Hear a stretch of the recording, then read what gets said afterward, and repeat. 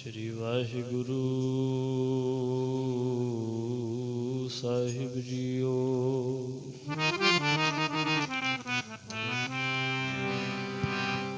सतनाम श्री वाहिगुरु।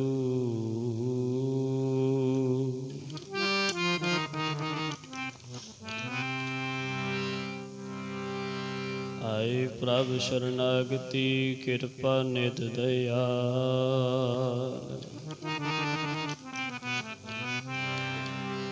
एक अखर हर मन वस्त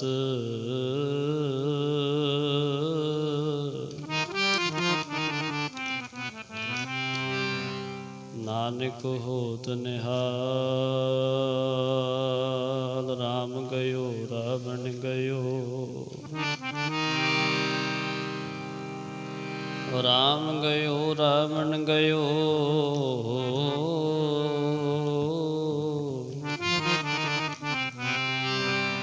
जाको बहु परवार, कहो नानक थिर कछ नहीं।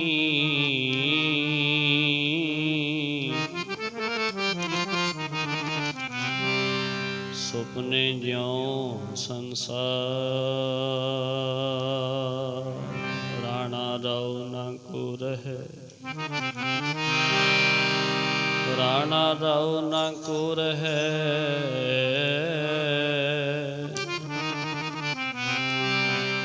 रंग न तुंग फकीर, वारी आपो अपनी।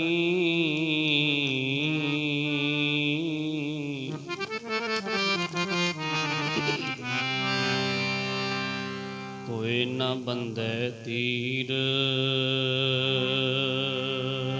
फरीदा खिंथड़ वेखां अगलियां। जिंद न काई मेख, वारी आपो अपनी।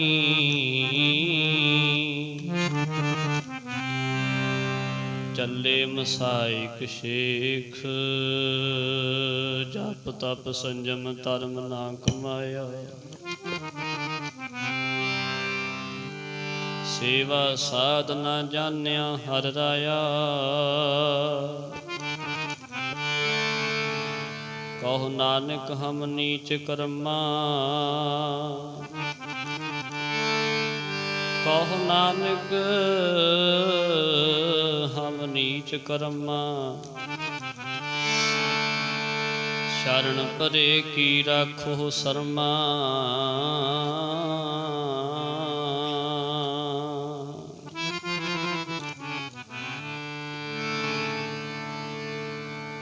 वही जेड़े राहे दुनिया जांदी, एक दिन तू भी तुर जाएगा। राहे राही जांदे, एक दिन तू भी तुर जाएगा। जेड़े राहे राही जांदे, एक दिन तू भी तुर जाएगा। जेड़े राहे राही जांदे, एक दिन तू भी तुर जाएगा।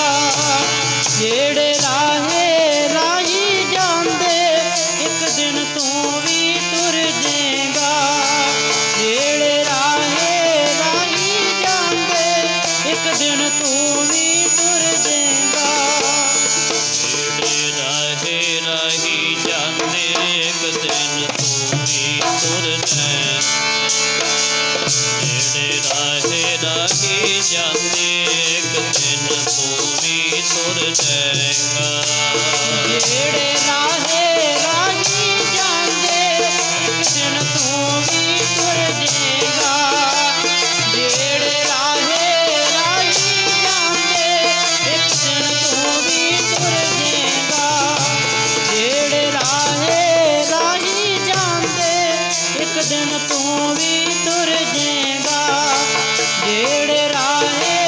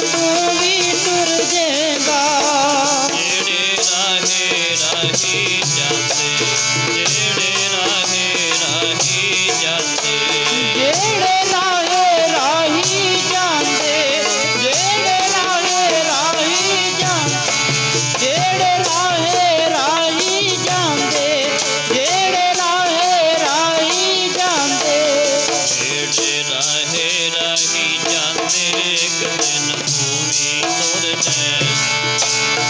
ਜਿਹੜੇ ਰਾਹੇ ਰਾਹੀ ਜਾਂਦੇ ਇੱਕ ਦਿਨ ਤੂੰ ਵੀ ਤੁਰ ਜਾਏਗਾ। ਜਿਹੜੇ ਰਾਹੇ ਰਾਹੀ ਜਾਂਦੇ ਇੱਕ ਦਿਨ ਤੂੰ ਵੀ ਤੁਰ ਜਾਏਗਾ। ਜਿਹੜੇ ਰਾਹੇ ਰਾਹੀ ਜਾਂਦੇ ਇੱਕ ਦਿਨ ਤੂੰ ਵੀ ਤੁਰ ਜਾਏਗਾ। ਜਿਹੜੇ ਰਾਹੇ ਰਾਹੀ ਜਾਂਦੇ ਇੱਕ ਦਿਨ ਤੂੰ ਵੀ ਤੁਰ ਜਾਏਗਾ। ਜਿਹੜੇ ਰਾਹੇ ਰਾਹੀ ਜਾਂਦੇ ਇੱਕ ਦਿਨ ਤੂੰ ਵੀ ਤੁਰ ਜਾਏਗਾ। ਆਪੇ ਹੀ ਕਰਨਾ ਕੀਓ ਕਲ ਆਪੇ ਹੀ ਤੈ ਤਾਰੀਐ। ਦੇਖੈ ਕੀਤਾ ਆਪਣਾ ਤਰ ਕੱਚੀ ਪੱਕੀ ਸਾਰੀਐ। ਜੋ ਆਇਆ ਸੋ ਚੱਲਸੀ ਸਭ ਕੋਈ ਆਈ ਵਾਰੀਐ। जिसके जीव प्राण हैं क्यों साहिब मनो विसारिए। आपन हथी अपना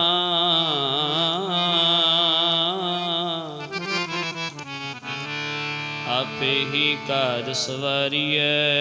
चिंता तांकी कीजिए जो अनहोनी होए।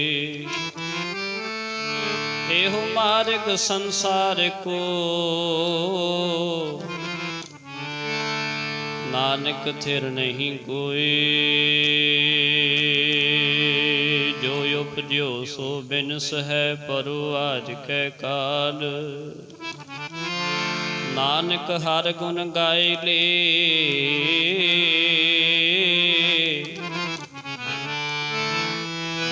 छाड़ सगल जंजाल।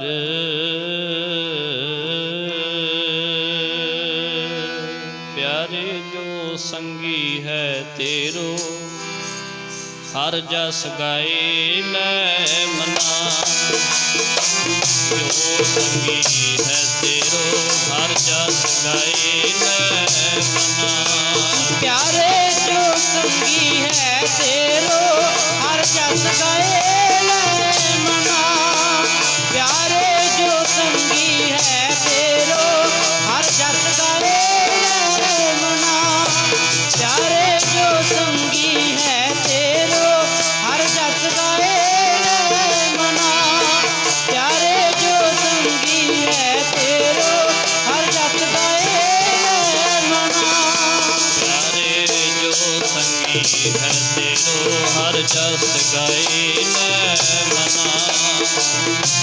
जो संगी है तेरो हर जस गाए मना। प्यारे जो संगी है तेरो हर जस गाए मना। प्यारे जो संगी है तेरो हर जस गाए मना। जो संगी है तेरो हर जस गाए मना। प्यारे जो संगी है तेरो हर जस गाए मना। हर जस गाए मना। गाए मना।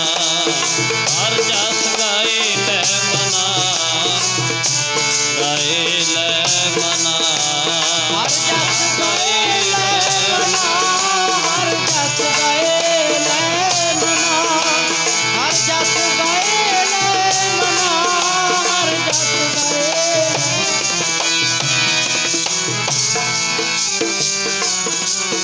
वाह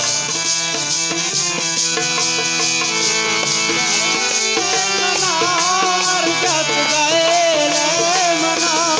प्यारे जो संगी है तेरो हर जस गाए जो संगी है तेरो हर जस गाए मना। प्यारे जो संगी है तेरो हर जस गाए मना। प्यारे जो संगी है तेरो हर जस गाए मना।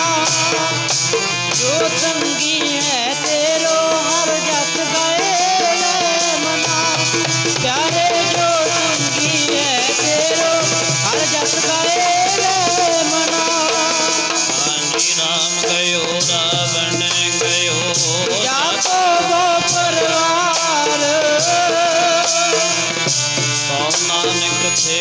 विश्वास नहीं सुपने जो संसार परम सत्कारयोग सतगुਰਾਂ ਦੀ ਸਾਜੀ ਨਵਾਜੀ ਗੁਰੂ ਪਿਆਰੀ ਗੁਰੂ ਸਵਾਰੀ ਸਾਧ ਸੰਗਤ ਜੀ, ਆਓ ਆਪਾਂ ਸਾਰੇ ਜਾਣੇ ਧੰਨ ਸਤਿਗੁਰੂ ਸ੍ਰੀ ਗੁਰੂ ਗ੍ਰੰਥ ਸਾਹਿਬ ਮਹਾਰਾਜ ਸੱਚੇ ਪਾਤਸ਼ਾਹ ਜੀ ਦੀ ਹਜ਼ੂਰੀ ਦੇ ਵਿੱਚ ਸਤਿਕਾਰਯੋਗ ਭਾਈ ਗੁਰਮੀਤ ਸਿੰਘ ਜੀ ਦੇ ਧਰਮ ਸਪਤਨੀ ਬੀਬੀ ਬਲਜਿੰਦਰ ਕੌਰ ਜੀ ਦੀ ਅੰਤਮ ਅਰਦਾਸ ਦੇ ਵਿੱਚ ਸ਼ਾਮਲ ਹੋਣ ਵਾਸਤੇ ਆਏ ਹਾਂ। ਜਿਤਨੀ ਕੁ ਸਵਾਸਾਂ ਦੀ ਪੂੰਜੀ ਸੱਚੇ ਪਾਤਸ਼ਾਹ ਜੀ ਨੇ, ਅਕਾਲ ਪੁਰਖ ਜੀ ਨੇ ਬੀਬੀ ਬਲਜਿੰਦਰ ਕੌਰ ਜੀ ਨੂੰ ਬਖਸ਼ਿਸ਼ ਕੀਤੀ ਸੀ, ਉਸ ਸਵਾਸਾਂ ਦੀ ਪੂੰਜੀ ਨੂੰ ਭੋਗਦਿਆਂ ਹੋਇਆਂ ਮਾਤਾ ਜੀ ਕੁਝ ਦਿਨ ਪਹਿਲਾਂ ਸਰੀਰਕ ਕਸ਼ਟ ਦੇ ਕਰਕੇ ਸੰਸਾਰ ਤੋਂ ਅਕਾਲ ਚਲਾਣਾ ਕਰ ਗਏ। ਪਿੱਛੇ ਉਹਨਾਂ ਦੇ ਸਾਰੇ ਪਰਿਵਾਰ ਨੇ ਮਿਲ ਕੇ ਉਹਨਾਂ ਦੀ ਆਤਮਿਕ ਸ਼ਾਂਤੀ ਵਾਸਤੇ, ਸੱਚੇ ਪਾਤਸ਼ਾਹ ਜੀ ਦਾ ਭਾਣਾ ਮਿੱਠਾ ਕਰਕੇ ਮੰਨਣ ਵਾਸਤੇ, ਆਪਣੇ ਮਨ ਨੂੰ ਧੀਰਜ ਦੇਣ ਵਾਸਤੇ ਆਪਣੇ ਗ੍ਰਹਿ ਵਿਖੇ ਸਾਰੇ ਸਕੇ ਸੰਬੰਧੀਆਂ ਨੇ, ਸੱਜਣਾ ਮਿੱਤਰਾਂ ਨੇ ਧੁਰ ਕੀ ਬਾਣੀ ਆਈ ਤਿਨ ਸਗਲੀ ਚਿੰਤ ਮਟਾਈ ਜੀ ਦੇ ਸੁਖਮਨੀ ਸਾਹਿਬ ਜੀ ਦੇ ਜਾਪ ਕਰਵਾਏ ਹਨ। ਉਪਰੰਤ ਅਰਦਾਸ ਬੇਨਤੀ ਹੋਈ, ਹੁਕਮਨਾਮੇ ਹੋਏ ਅਤੇ ਜੋ ਗੁਰੂ ਸਾਹਿਬ ਜੀ ਦਾ ਹੁਕਮ ਹੈ ਅੰਤੇ ਸਤਿਗੁਰ ਬੋਲਿਆ, ਮੈਂ ਪਿੱਛੇ ਕੀਰਤਨ ਕਰਿਓ ਨਿਰਵਾਣ ਜੀਓ। ਮਾਤਾ ਜੀ ਦੇ ਨਿਮਿਤ ਗੁਰੂ ਘਰ ਦੇ ਵਿੱਚ ਕੀਰਤਨ ਦੀ ਆਰੰਭਤਾ ਹੋਈ ਹੈ। ਆਓ ਸਮੇਂ ਤਾਂ ਪੂਰਾ ਲਾਭ ਲਈਏ ਸਾਰੇ ਜਾਣੇ। ਜਿੱਥੇ ਆਪਾਂ ਉਸ ਵਿਛੜੀ ਹੋਈ ਰੂਹ ਨੂੰ ਯਾਦ ਕਰ ਰਹੇ ਹਾਂ, ਬੈਠੇ ਉਹਨਾਂ ਵਾਸਤੇ ਅਰਦਾਸ ਕਰਨ ਵਾਸਤੇ ਆਏ ਹਾਂ ਸਾਰੇ ਜਾਣੇ। ਉੱਥੇ ਨਾਲ ਇਹ ਵੀ ਅਰਦਾਸ ਬੇਨਤੀ ਕਰਕੇ ਜਾਈਏ, ਸੱਚੇ ਪਾਤਸ਼ਾਹ ਕਿਰਪਾ ਕਰਿਓ, ਜਿੰਨੀ ਸਾਡੀ ਬੀਤ ਗਈ ਹੈ ਹੁਣ ਤੱਕ ਉਹ ਤੇ ਨਹੀਂ ਵਾਪਸ ਆ ਸਕਦੀ, ਪਰ ਹੁਣ ਇਹ ਕਿਰਪਾ ਕਰਿਓ ਜਿੰਨੀ ਰਹਿ ਗਈ ਆ ਇਹ ਤੁਹਾਡਾ ਨਾਮ ਜਪਦਿਆਂ, ਚੰਗੇ ਕਰਮ ਕਰਦਿਆਂ ਬਤੀਤ ਹੋਵੇ।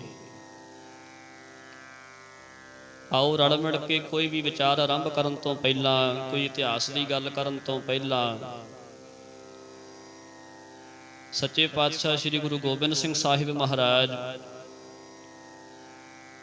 ਉਹਨਾਂ ਦੀ ਬਖਸ਼ਿਸ਼ ਕੀਤੀ ਹੋਈ ਆਪਣੇ ਖਾਲਸੇ ਨੂੰ ਫਤਿਹ ਦਾ ਨਾਅਰਾ ਰਲ ਮਿਲ ਕੇ ਆਪਾਂ ਸਾਰੇ ਜਾਣੇ ਬੁਲੰਦ ਕਰੀਏ। ਸਾਰੀਆਂ ਸੰਗਤਾਂ, ਸਾਰੇ ਭਾਈ, ਸਾਰੀਆਂ ਬੀਬੀਆਂ ਭੈਣਾਂ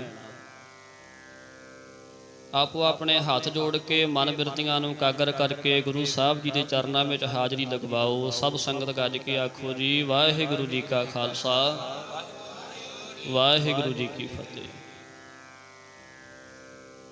ਜਿੰਨਾ ਸਮਾਂ ਆਪਣੇ ਪਾਸ ਬਚਦਾ ਹੈ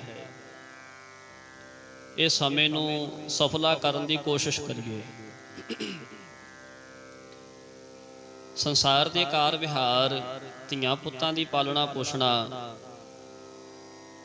ਇਹ ਵੀ ਜ਼ਰੂਰੀ ਹੈ, ਪਰ ਸਭ ਤੋਂ ਜ਼ਰੂਰੀ ਕੰਮ ਹੈ ਸੰਸਾਰ ਵਿੱਚ ਆਇਆ ਆਪਣਾ ਸਫਲ ਕਰਕੇ ਜਾਣਾ। ਜਦੋਂ ਸੰਸਾਰ ਤੋਂ ਜਾਵਾਂਗੇ ਤਾਂ ਮਹਾਰਾਜ ਦੀ ਬਾਣੀ ਦਾ ਬਚਨ ਹੈ, ਜਦੋਂ ਬੰਦੇ ਦਾ ਸਮਾਂ ਆਖਰੀ ਆ ਜਾਂਦਾ ਨਾ ਜੀ, ਤੇ ਮਹਾਰਾਜ ਕਹਿੰਦੇ ਨੇ, ਕਿਆ ਤੈਂ ਖਟਿਆ ਕਹਾਂ ਗਵਾਇਆ, ਚਲੋ ਸਿਤਾਬ ਦੀਵਾਨ ਬੁਲਾਇਆ। ਦੁਨੀਆ ਵਿੱਚ ਆ ਕੇ ਕੀ ਖੱਟ ਕੇ ਚੱਲਿਆ ਹੈ, ਕੀ ਗਵਾ ਕੇ ਚੱਲਿਆ ਹੈ? ਇਹਦਾ ਸੱਦਾ ਦਰਗਾਹ ਵਿੱਚੋਂ ਆ ਗਿਆ, ਆ ਜਾ ਭਾਈ ਹੁਣ ਆ ਕੇ ਹਿਸਾਬ ਕਿਤਾਬ ਦੇ। ਕਿਆ ਤੈਂ ਖਟਿਆ ਕਹਾਂ ਗਵਾਇਆ, ਚਲੋ ਸਿਤਾਬ ਦੀਵਾਨ ਬੁਲਾਇਆ, ਹਰ ਫਰਮਾਨ ਦਰਗਹਿ ਕਾ ਆਇਆ। ਰੱਬ ਦੇ ਘਰ ਵਿੱਚੋਂ ਸੱਦਾ ਆ ਗਿਆ, ਤੇ ਜਦੋਂ ਉਹਦਾ ਸੱਦਾ ਆਉਂਦਾ ਹੈ, ਦੁਨੀਆ ਦੀ ਕੋਈ ਇਹੋ ਜਿਹੀ ਤਾਕਤ ਹੁਣ ਤੱਕ ਨਹੀਂ ਹੈ ਜਿਹੜੀ ਰੱਬ ਦੇ ਸੱਦੇ ਨੂੰ ਮੋੜ ਸਕੇ। ਸਰਕਾਰੀ ਦਰਬਾਰਿਓਂ ਕੋਈ ਸੱਦਾ ਆਪਾਂ ਨੂੰ ਆ ਜਾਵੇ ਨਾ, ਕਦੇ ਕੋਰਟ ਕਚਹਿਰੀ ਚੋਂ ਸੱਦਾ ਆ ਜਾਵੇ, ਆਪਣੀ ਪਹੁੰਚ ਹੋਵੇ ਕਿਸੇ ਤਕੜੇ ਲੀਡਰ ਤੱਕ, ਸਰਕਾਰੀ ਦਰਬਾਰੇ ਬਣਦੀ ਹੋਵੇ ਤੇ ਆਪਾਂ ਵਿੱਚ ਬੰਦੇ ਪਾ ਕੇ ਉਹ ਸੱਦਾ ਮੁੜਵਾ ਸਕਦੇ ਆ ਵੀ ਅਸੀਂ ਨਹੀਂ ਆਉਣਾ ਜਾਂ ਅਸੀਂ ਲੇਟ ਆਵਾਂਗੇ। ਪਰ ਜਿਹੜਾ ਰੱਬ ਦੇ ਘਰੋਂ ਸੱਦਾ ਆਉਂਦਾ ਹੈ ਉੱਥੇ ਕਿਸੇ ਦੀ ਪਹੁੰਚ ਨਹੀਂ ਚੱਲਦੀ, ਉੱਥੇ ਕਿਸੇ ਲੀਡਰ ਦੀ ਸਿਆਣਪ, ਕਿਸੇ ਲੀਡਰ ਦੀ ਤਾਕਤ ਨਹੀਂ ਚੱਲਦੀ ਵੀ ਉਹ ਸੱਦੇ ਨੂੰ ਕੋਈ ਮੋੜ ਸਕੇ। ਇਹ ਅਟੱਲ ਸੱਦਾ ਹੈ। ਆਪਾਂ ਸਾਰਿਆਂ ਨੂੰ ਗੁਰਬਾਣੀ ਦੀਆਂ ਪੰਕਤੀਆਂ ਆਪਾਂ ਤਕਰੀਬਨ ਜਿੱਥੇ ਵੀ ਜਾਂਦੇ ਆ ਜੀ, ਕਿਸੇ ਦੇ ਮਰਗ ਦੇ ਭੋਗ ਤੇ ਜਾਂਦੇ ਆ, ਅਰਦਾਸ ਬੇਨਤੀ 'ਚ ਸ਼ਾਮਲ ਹੁੰਦੇ ਆ ਤੇ ਗੁਰੂ ਘਰ ਦੇ ਗ੍ਰੰਥੀ ਸਿੰਘ ਹਰ ਥਾਂ ਤੇ ਅਰਦਾਸ ਵਿੱਚ ਇਹ ਪੰਕਤੀਆਂ ਕੀਰਤਨੀਆਂ ਸਦਾ ਹੀ ਪੜ੍ਹਦੇ ਨੇ। ਜਿਹਾ ਚੀਰੀ ਲਿਖਿਆ ਤੇਹਾ ਹੁਕਮ ਕਮਾਹੇ, ਘੱਲੇ ਆਵੇ ਨਾਨਕਾ ਸੱਦੇ ਉੱਠੀ ਜਾਏ। ਇਸ ਗੱਲ ਤੇ ਥੋੜਾ ਜਿਹਾ ਧਿਆਨ ਦੇ ਕੇ ਸਾਰੇ ਜਾਣੇ ਸਰਵਣ ਕਰਿਓ। ਸਾਡੇ ਸਾਰਿਆਂ ਦੇ ਮਨ ਵਿੱਚ ਇਹ ਵਹਿਮ ਆ ਜੀ ਵੀ ਜਿਹੜੀਆਂ ਇਹ ਪੰਕਤੀਆਂ ਨੇ ਇਹ ਜਿਹੜਾ ਚੜ੍ਹਾਈ ਕਰ ਗਿਆ ਉਹਦੇ ਵਾਸਤੇ ਹੈ। ਜਿਹੜਾ ਮਹਾਰਾਜ ਨੇ ਕਿਹਾ ਵੀ ਜਿਹਾ ਚਿਰੀ ਲਿਖਿਆ ਤੇਹਾ ਹੁਕਮ ਕਮਾਹੇ, ਘੱਲੇ ਆਵੇ ਨਾਨਕਾ ਸੱਦੇ ਉੱਠੀ ਜਾਹੇ, ਵੀ ਇਹ ਜਿਹੜੀਆਂ ਪੰਕਤੀਆਂ ਗੁਰਬਾਣੀ ਦੀਆਂ ਨੇ ਇਹ ਉਹਦੇ ਵਾਸਤੇ ਹੈ ਜਿਹੜਾ ਚੜ੍ਹਾਈ ਕਰ ਗਿਆ। ਨਹੀਂ, ਇੱਕ ਗੱਲ ਯਾਦ ਰੱਖਿਓ, ਗੁਰਬਾਣੀ ਜਿਉਂਦਿਆਂ ਵਾਸਤੇ ਹੈ, ਗੁਰਬਾਣੀ ਮਰਿਆਂ ਵਾਸਤੇ ਨਹੀਂ। ਆਖੋ ਸਤਨਾਮ। ਜਿਹੜਾ ਸੰਸਾਰ ਤੋਂ ਚਲਿਆ ਗਿਆ ਉਹਦੇ ਵਾਸਤੇ ਉਪਦੇਸ਼ ਨਹੀਂ ਹੈ ਗੁਰਬਾਣੀ ਦਾ, ਫਿਰ ਉਹ ਤੇ ਚਲਿਆ ਗਿਆ ਆਪਣਾ ਹਿਸਾਬ ਕਿਤਾਬ ਕਰਕੇ ਇੱਥੋਂ। ਜਿੰਨਾ ਸਮਾਂ ਰੱਬ ਦੇ ਘਰ ਚੋਂ ਲੈ ਕੇ ਆਇਆ ਸੀ, ਕੋਈ ਪ੍ਰਾਣੀ ਹੋਵੇ, ਜਿਵੇਂ ਬੀਬੀ ਬਲਜਿੰਦਰ ਕੌਰ ਜਿੰਨਾ ਸਮਾਂ ਲੈ ਕੇ ਆਏ ਸੀ ਉਹ ਤੇ ਚਲੇ ਗਿਆ ਦੁਨੀਆ ਤੋਂ। ਹੁਣ ਜਿਹੜਾ ਆਪਾਂ ਬੈਠ ਕੇ ਇੱਥੇ ਕੀਰਤਨ ਸੁਣ ਰਹੇ ਆ ਜਾਂ ਗੁਰਬਾਣੀ ਦਾ ਪਾਠ ਸੁਣ ਰਹੇ ਆ ਸਾਰੇ ਜਾਣੇ, ਜੋ ਗੁਰਬਾਣੀ ਉਪਦੇਸ਼ ਕਰਦੀ ਹੈ ਇਹ ਬੀਬੀ ਬਲਜਿੰਦਰ ਕੌਰ ਵਾਸਤੇ ਨਹੀਂ, ਆਪਣੇ ਵਾਸਤੇ ਹੈ। ਜਿਹੜਾ ਚਲਿਆ ਗਿਆ ਉਹ ਤੇ ਜੋ ਖੱਟ ਕੇ ਗਿਆ, ਜੋ ਗਵਾ ਕੇ ਗਿਆ, ਉਹ ਤੇ ਆਪਣਾ ਹਿਸਾਬ ਕਿਤਾਬ ਅੱਗੇ ਦੇਗਾ ਜਾ ਕੇ। ਪਰ ਅਸੀਂ ਉਸ ਚੀਜ਼ ਤੋਂ ਕੀ ਸੇਧ ਲੈਣੀ ਹੈ? ਪਰ ਬੰਦੇ ਦਾ ਸੁਭਾਅ ਹੈ ਜੀ, ਆਪਾਂ ਸਾਰੇ ਇਸ ਲਾਈਨ ਵਿੱਚ ਆਉਨੇ, ਮੈਂ ਵੀ ਇਸੇ ਲਾਈਨ ਵਿੱਚ ਹੀ ਆਉਣਾ ਹੈ। ਮੈਂ ਕਈ ਥਾਵਾਂ ਤੇ ਬੇਨਤੀ ਕੀਤੀ ਹੈ, ਜਦੋਂ ਕਿਸੇ ਦੀ ਮੌਤ ਹੁੰਦੀ ਹੈ ਆਪਣੇ ਪਿੰਡ ਦੇ ਵਿੱਚ, ਆਪਣੇ ਸ਼ਹਿਰ ਦੇ ਵਿੱਚ ਜਾਂ ਆਪਣੀ ਰਿਸ਼ਤੇਦਾਰੀ ਵਿੱਚ, ਆਪਾਂ ਕਈ ਵਾਰੀ ਇਹ ਗੱਲ ਕਹਿੰਦੇ ਆ ਘਰੋਂ ਤੁਰਨ ਲੱਗੇ, ਜਿਹੜਾ ਵੀ ਕੰਮ ਕੋਈ ਕਰਦਾ ਹੋਵੇ, ਆਪਣੇ ਪੁੱਤਰ ਨੂੰ ਕਹੀਏ, ਆਪਣੇ ਘਰ ਵਾਲੀ ਨੂੰ ਕਹੀਏ, ਆਪਣੇ ਭਰਾ ਨੂੰ ਕਹੀਏ, ਅੱਜ ਫਲਾਨਾ ਸਹੁੰ ਚੜ੍ਹਾਈ ਕਰ ਗਿਆ, ਮੈਂ ਉਹਦੇ ਸੰਸਕਾਰ ਤੇ ਚੱਲਿਆ ਤੇ ਮੁੜ ਕੇ ਆ ਕੇ ਘਰ ਦਾ ਕੰਮ ਕਰਦਾ ਹੈ। ਇਹਦਾ ਮਤਲਬ ਵੀ ਹਜੇ ਆਪਦੀ ਮੌਤ ਨੂੰ ਦੂਰ ਸਮਝਦਾ ਹੈ। ਆਖੋ ਸਤਨਾਮ। ਹਜੇ ਇਹਨੂੰ ਆਸ ਹੈਗੀ ਹੈ ਵੀ ਚੜ੍ਹਾਈ ਉਹੀ ਕੀਤਾ, ਮੈਂ ਨਹੀਂ ਕਰਨਾ। ਪਰ ਗੁਰਬਾਣੀ ਤਾਂ ਕਹਿੰਦੀ ਹੈ ਪਾਰੋਸੀ ਕੇ ਜੋ ਹੁਆ ਤੂੰ ਆਪਣੇ ਪੀ ਜਾਨ।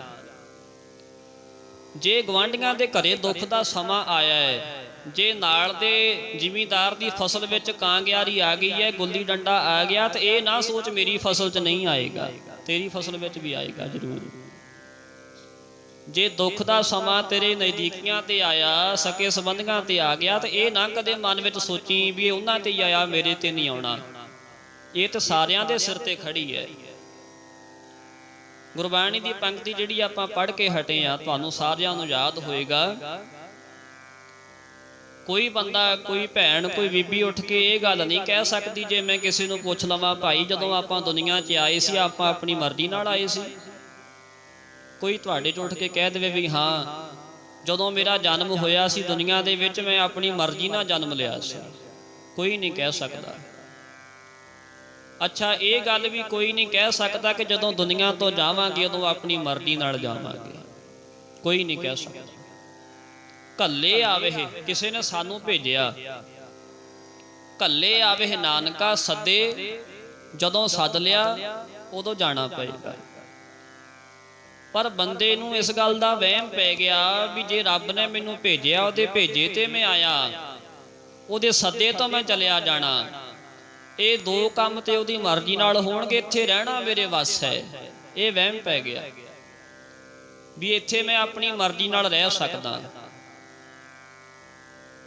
ਪਰ ਜੇ ਇਸ ਗੁਰਬਾਣੀ ਦੀ ਪੰਕਤੀ ਨੂੰ ਥੋੜਾ ਜਿਹਾ ਧਿਆਨ ਦੇ ਨਾਲ ਪਹਿਲੀ ਪੰਕਤੀ ਨੂੰ ਪੜ੍ਹੀਏ ਤਾਂ ਮਹਾਰਾਜ ਕਹਿੰਦੇ ਨੇ ਜਿਹਾ ਚੀਰੀ ਲਿਖਿਆ, ਚੀਰੀ ਕਹਿੰਦੇ ਨੇ ਚਿੱਠੀ ਨੂੰ, ਜਿਹੋ ਜਿਹਾ ਤੇਰੇ ਕਰਮਾਂ ਦੀ ਚਿੱਠੀ ਵਿੱਚ ਰੱਬ ਨੇ ਲਿਖ ਕੇ ਭੇਜਿਆ ਸੀ ਦੁਨੀਆ ਤੇ, ਜਿਹਾ ਚੀਰੀ ਲਿਖਿਆ ਤੇਹਾ ਹੁਕਮ ਕਮਾਹੇ। ਬੰਦਾ ਦੁਨੀਆ ਵਿੱਚ ਆ ਕੇ ਉਹੋ ਜਿਹਾ ਹੀ ਕੰਮ ਕਰਦਾ ਹੈ।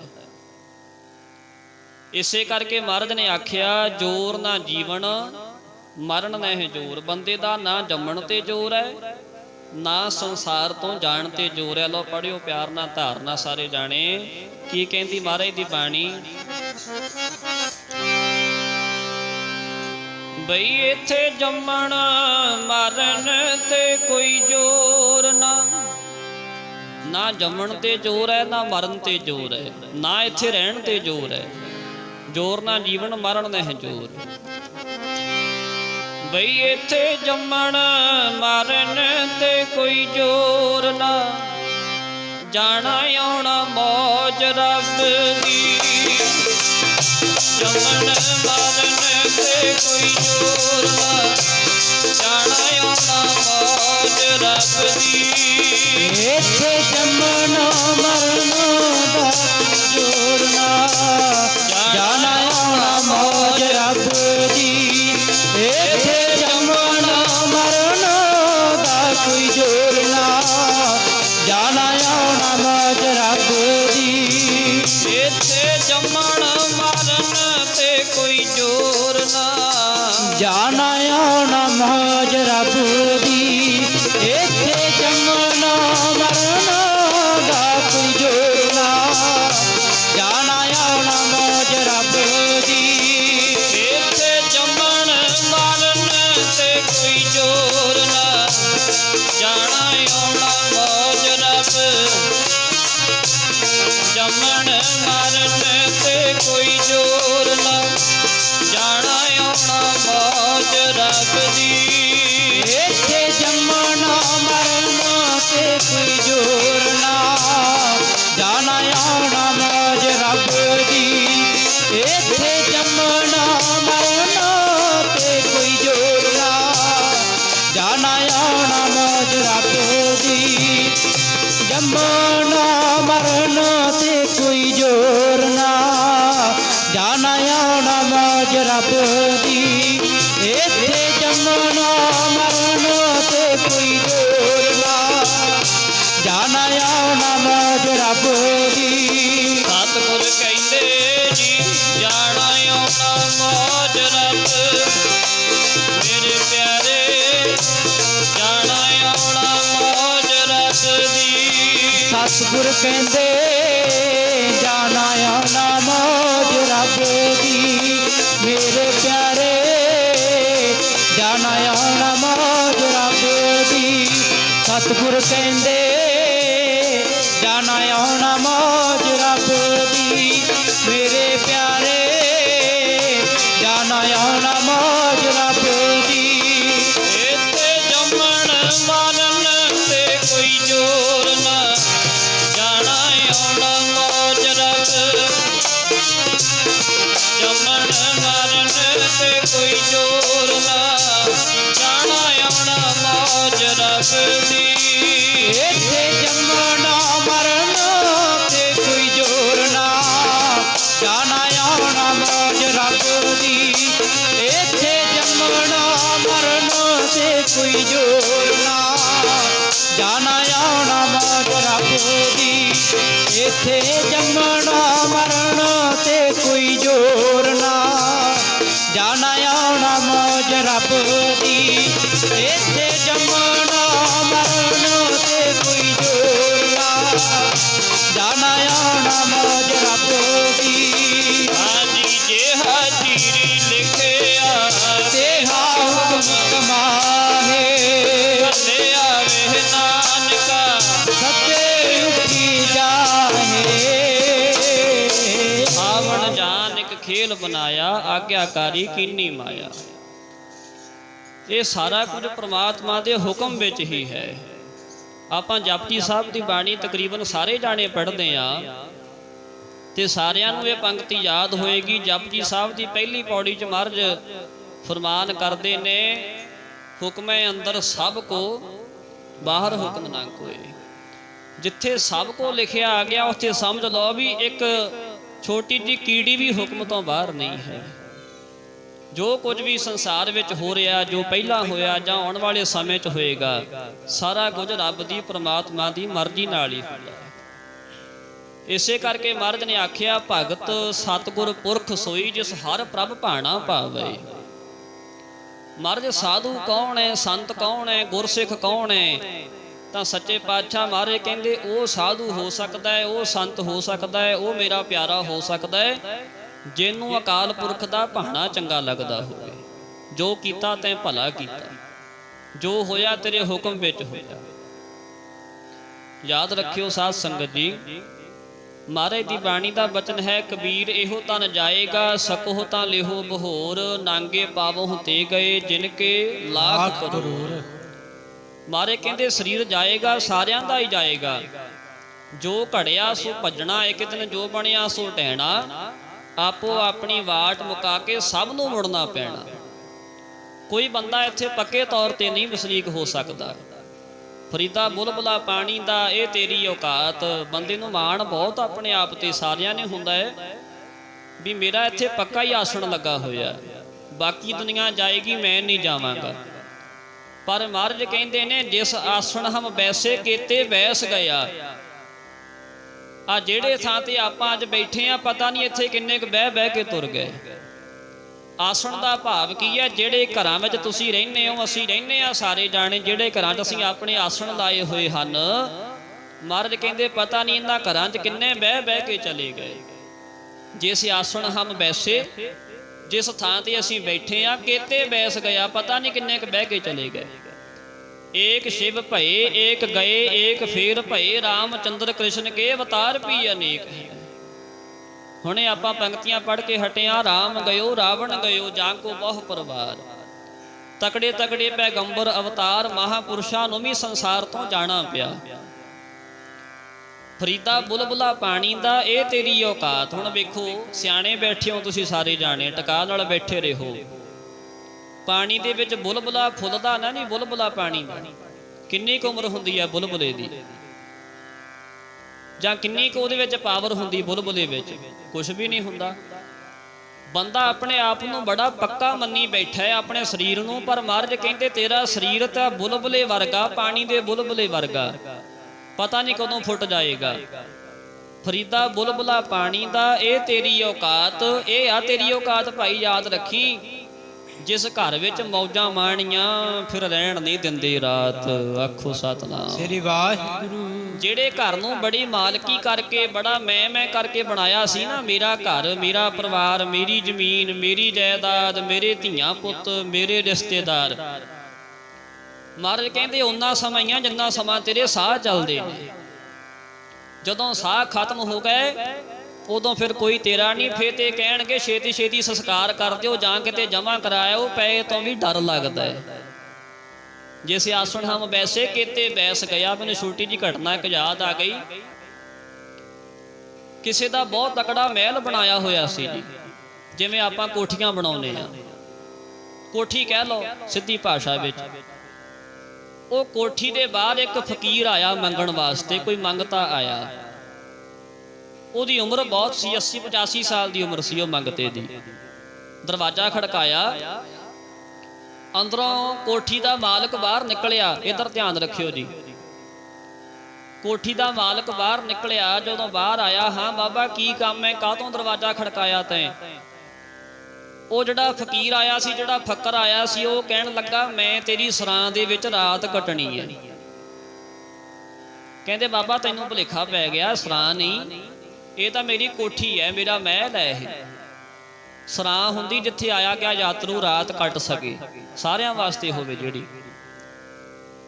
ਕਹਿੰਦੇ ਇਹ ਤਾਂ ਬਾਬਾ ਮੇਰੀ ਕੋਠੀ, ਮੇਰਾ ਮਕਾਨ ਹੈ, ਇਹ ਸਰਾਂ ਨਹੀਂ ਹੈਗੀ, ਤੂੰ ਸਰਾਂ ਕਿਤੇ ਹੋਰ ਜਾ ਕੇ ਲੱਭ। ਸੁਣਿਓ ਧਿਆਨ ਨਾਲ, ਭਾਵੇਂ ਟਿਕ ਕੇ ਤੁਸੀਂ ਸਾਰੇ ਬੈਠੇ ਹੋ, ਪਰ ਜਿਹੜੀਆਂ ਬੰਦੇ ਦੀਆਂ ਅੱਖਾਂ ਨਾ ਇਹ ਨਹੀਂ ਟਿਕਦੀਆਂ।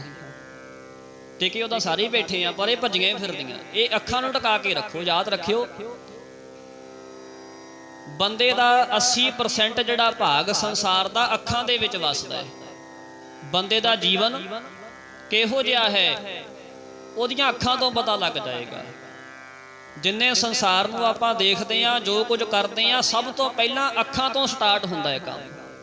ਜਿਹਦੀਆਂ ਅੱਖਾਂ ਕਾਬੂ ਵਿੱਚ ਹੋਣ ਨਾ ਜੀ, ਹੋਣ ਨਾ ਜੀ, ਜਿਸ ਬੰਦੇ ਦੀਆਂ ਅੱਖਾਂ ਕਾਬੂ ਵਿੱਚ ਨੇ ਉਹਦਾ ਮਨ ਆਪਣੇ ਆਪ 80% ਕਾਬੂ ਆ ਜਾਏਗਾ। ਜਿਹੜਾ ਬੰਦੇ ਦਾ ਮਨ ਅੱਖਾਂ ਨਾਲ ਹੀ ਬਾਹਰ ਨੂੰ ਭੱਜਦਾ ਹੈ। ਅੱਖਾਂ ਬੰਦ ਕਰ ਲਓ, ਬਾਹਰ ਮਨ ਨੂੰ ਕੀ ਪਤਾ ਬਾਹਰ ਕੀ ਹੋ ਰਿਹਾ।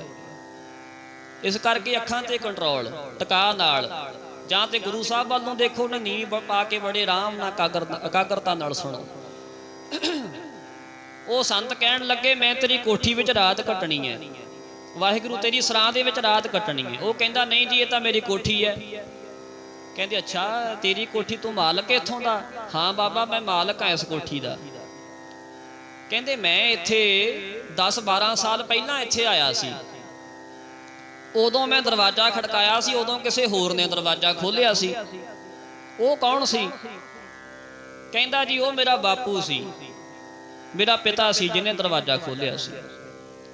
ਕਹਿੰਦੇ ਉਹ ਕਹਿੰਦਾ ਸੀ ਮੈਂ ਮਾਲਕ ਹਾਂ, ਤੂੰ ਕਹਿੰਦਾ ਮੈਂ ਮਾਲਕ ਹਾਂ। ਕਹਿੰਦੇ ਜੀ ਉਦੋਂ ਉਹ ਮਾਲਕ ਸੀ, ਹੁਣ ਮੈਂ ਮਾਲਕ ਹਾਂ। ਕਹਿੰਦੇ ਅੱਛਾ ਅੱਜ ਤੋਂ 30-35 ਸਾਲ ਪਹਿਲਾਂ ਮੈਂ ਅੱਗੇ ਵੀ ਆਇਆ ਸੀ, ਮੈਂ ਉਦੋਂ ਦਰਵਾਜ਼ਾ ਖੜਕਾਇਆ, ਉਦੋਂ ਕਿਸੇ ਹੋਰ ਨੇ ਬੂਹਾ ਖੋਲ੍ਹਿਆ ਸੀ। ਉਹ ਕੌਣ ਸੀ? ਉਹ ਵੀ ਕਹਿੰਦਾ ਸੀ ਮੈਂ ਮਾਲਕ ਹਾਂ ਇਸ ਘਰ ਦਾ। ਕਹਿੰਦੇ ਜੀ ਉਹ ਮੇਰਾ ਦਾਦਾ ਸੀ। ਕਹਿੰਦੇ ਅੱਛਾ ਤੂੰ ਵੀ ਕਹਿੰਦਾ ਮਾਲਕ ਹੈ, ਤੇਰਾ ਬਾਪੂ ਵੀ ਕਹਿੰਦਾ ਸੀ ਮੈਂ ਇਸ ਘਰ ਦਾ ਮਾਲਕ ਹਾਂ, ਤੇ ਤੇਰਾ ਦਾਦਾ ਵੀ ਕਹਿੰਦਾ ਸੀ ਮੈਂ ਇਸ ਘਰ ਦਾ ਮਾਲਕ, ਤੁਹਾਡੇ ਚੋਂ ਅਸਲੀ ਮਾਲਕ ਹੈਗਾ ਕਿਹੜਾ ਇਸ ਘਰ ਦਾ? ਉਹ ਕਹਿਣ ਲੱਗਾ ਜਿਹਨੇ ਦਰਵਾਜ਼ਾ ਖੋਲ੍ਹਿਆ ਸੀ, ਕਹਿੰਦਾ ਬਾਬਾ ਜੀ ਹੁਣ ਮੈਂ ਮਾਲਕ ਹਾਂ, ਪਹਿਲਾਂ ਮੇਰਾ ਬਾਪੂ ਮਾਲਕ ਸੀ, ਮੇਰੇ ਬਾਪੂ ਤੋਂ ਪਹਿਲਾਂ ਮੇਰਾ ਦਾਦਾ ਇਸ ਘਰ ਦਾ ਮਾਲਕ ਸੀ। ਉਹ ਫੱਕਰ ਜਿਹੜਾ ਆਇਆ ਸੀ, ਜਿਹੜਾ ਫਕੀਰ ਆਇਆ ਸੀ, ਉਹ ਹੱਸ ਪਿਆ। ਹੱਸ ਕੇ ਕਹਿੰਦਾ ਸਾਰੇ ਮਾਲਕ ਬਣੇ ਬੈਠੇ ਹੋ, ਜਿਹੜੇ ਥਾਂ ਦਾ ਇੱਕ ਮਾਲਕ ਨਾ ਹੋਵੇ, ਮਾਲਕ ਬਦਲਦੇ ਰਹਿੰਦੇ ਹੋਣ, ਜਿਹੜੇ ਘਰ ਦੇ ਵਿੱਚ ਲੋਕ ਜਾਂਦੇ ਆਉਂਦੇ ਰਹਿੰਦੇ ਹੁਣ, ਉਹ ਘਰ ਨਹੀਂ, ਉਹ ਸਰਾਂ ਹੁੰਦੀ ਹੈ। ਆਖੋ ਸਤਿਨਾਮ ਸ੍ਰੀ ਵਾਹਿਗੁਰੂ। ਉਹ ਘਰ ਨਹੀਂ ਹੁੰਦਾ, ਉਹ ਸਰਾਂ ਹੁੰਦੀ ਹੈ। ਜਿਸ ਆਸਣ ਹਮ ਬੈਸੇ ਕੀਤੇ ਬੈਸ ਗਿਆ, ਪਹਿਲਾਂ ਤੇਰਾ ਦਾਦਾ ਇਸ ਘਰ ਦਾ ਮਾਲਕ ਸੀ, ਉਦੋਂ ਪਹਿਲਾਂ ਤੇਰਾ ਪੜਦਾਦਾ ਮਾਲਕ ਹੋਏਗਾ, ਫਿਰ ਤੇਰਾ ਬਾਪੂ ਮਾਲਕ ਬਣ ਗਿਆ, ਹੁਣ ਤੂੰ ਬਣ ਗਿਆ, ਗਾਂ ਤੇਰੇ ਬੱਚੇ ਬਣਨਗੇ ਇਸ ਘਰ ਦੇ ਮਾਲਕ। ਇਹ ਸਰਾਂ ਨਹੀਂ ਹੈ ਤਾਂ ਹੋਰ ਕੀ ਹੈ ਫਿਰ? ਜਿਸ ਥਾਂ ਦਾ ਪੱਕਾ ਟਿਕਾਣਾ ਹੀ ਨਹੀਂ ਹੈ, ਜਿਸ ਦਾ ਮਾਲਕ ਹੀ ਕੋਈ ਪੱਕਾ ਨਹੀਂ ਹੈ, ਉਹਨੂੰ ਕਿਵੇਂ ਅਸੀਂ ਘਰ ਕਹਿ ਸਕਦੇ ਹਾਂ? ਡੱਡਾ ਡੇਰਾ ਇਹੋ ਨਹੀਂ ਜਹ ਡੇਰਾ ਤਹਿ ਜਾਨ। ਮਹਾਰਾਜ ਕਹਿੰਦੇ ਨੇ ਇਹ ਨਹੀਂ ਤੇਰਾ ਘਰ ਜਿਸ ਘਰ ਨੂੰ ਆਪਣਾ ਬਣਾਈ ਬੈਠਾ ਹੈ। ਲੋ ਪੜਿਓ, ਓਏ ਨੀ ਤੇਰਾ ਦੇਸ਼ ਮਨਾ ਪਰਦੇਸੀਆ, ਏ ਨੀ ਤੇਰਾ ਦੇਸ਼ ਮਨਾ ਪਰਦੇਸੀਆ, ਏ ਨਹੀਂ ਤੇਰਾ ਦੇਸ਼ ਮਨਾ ਪਰਦੇਸੀਆ, ਏ ਨਹੀਂ ਤੇਰਾ ਦੇਸ਼ ਮਨਾ ਪਰਦੇਸੀਆ, ਏ ਨਹੀਂ ਤੇਰਾ ਦੇਸ਼ ਮਨਾ ਪਰਦੇਸੀਆ, ਏ ਨਹੀਂ ਤੇਰਾ ਦੇਸ਼ ਮਨਾ ਪਰਦੇਸੀਆ, ਏ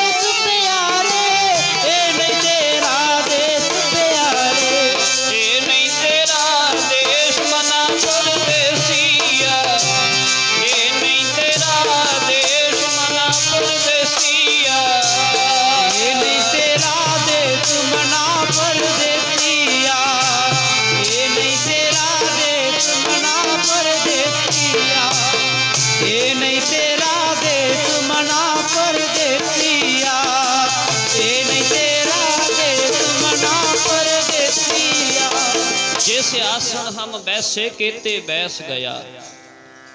ਹੁਣ ਅਸੀਂ ਸਾਰੇ ਇਸ ਗੱਲ ਤੋਂ ਫਿਰ ਹੈਰਾਨ ਹੋਵਾਂਗੇ ਜੀ ਵੀ ਜੇ ਸਾਡਾ ਦੇਸ਼ ਨਹੀਂ ਹੈ, ਸਾਡਾ ਘਰ ਨਹੀਂ ਹੈ ਪੱਕਾ, ਤਾਂ ਇੱਥੇ ਕਰਨ ਵਾਸਤੇ ਕੀ ਆਏ? ਰੱਬ ਨੇ ਭੇਜਿਆ ਕਿਉਂ? ਆਪਾਂ ਹੁਣੇ ਵਿਚਾਰ ਕੀਤੀ ਹੈ ਵੀ ਘੱਲੇ ਆਵੇ ਨਾਨਕਾ, ਕਿਸੇ ਨੇ ਭੇਜਿਆ, ਕਿਉਂ ਭੇਜਿਆ? ਜੇ ਸਾਡਾ ਪੱਕਾ ਟਿਕਾਣਾ ਹੀ ਨਹੀਂ ਹੈ, ਸਾਡਾ ਘਰ ਨਹੀਂ, ਅਸੀਂ ਪੱਕੇ ਇੱਥੇ ਰਹਿਣਾ ਹੀ ਨਹੀਂ ਹੈ, ਕਦੇ ਕਿਸੇ ਦੇ ਮਨ ਵਿੱਚ ਇਹ ਗੱਲ ਆਈ ਨਹੀਂ ਤੁਹਾਡੇ?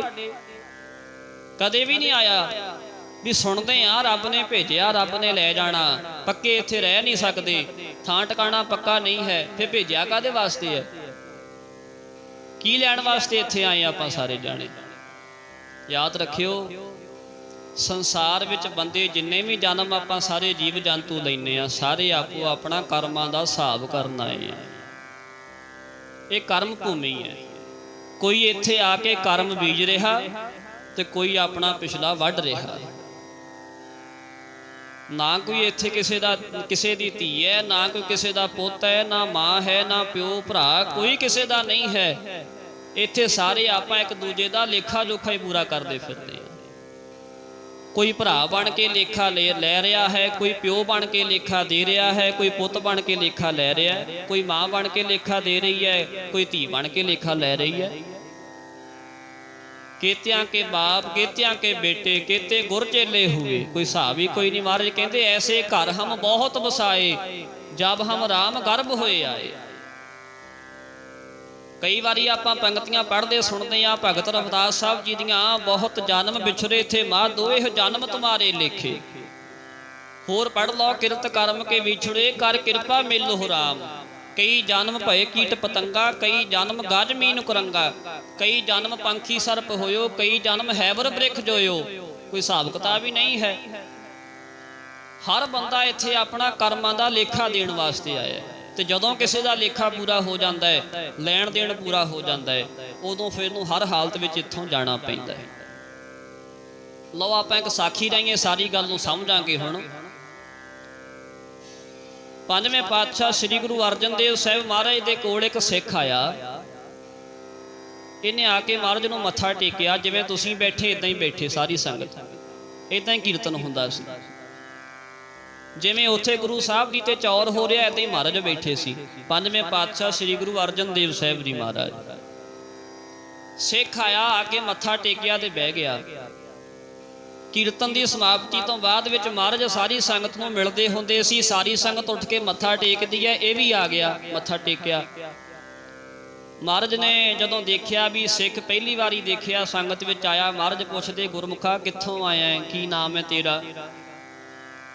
हाथ जोड़ के कहन लगा सच्चे पातशाह जी मेरा नाम है गुरमुख, मैनूं गुरमुख कहंदे ने।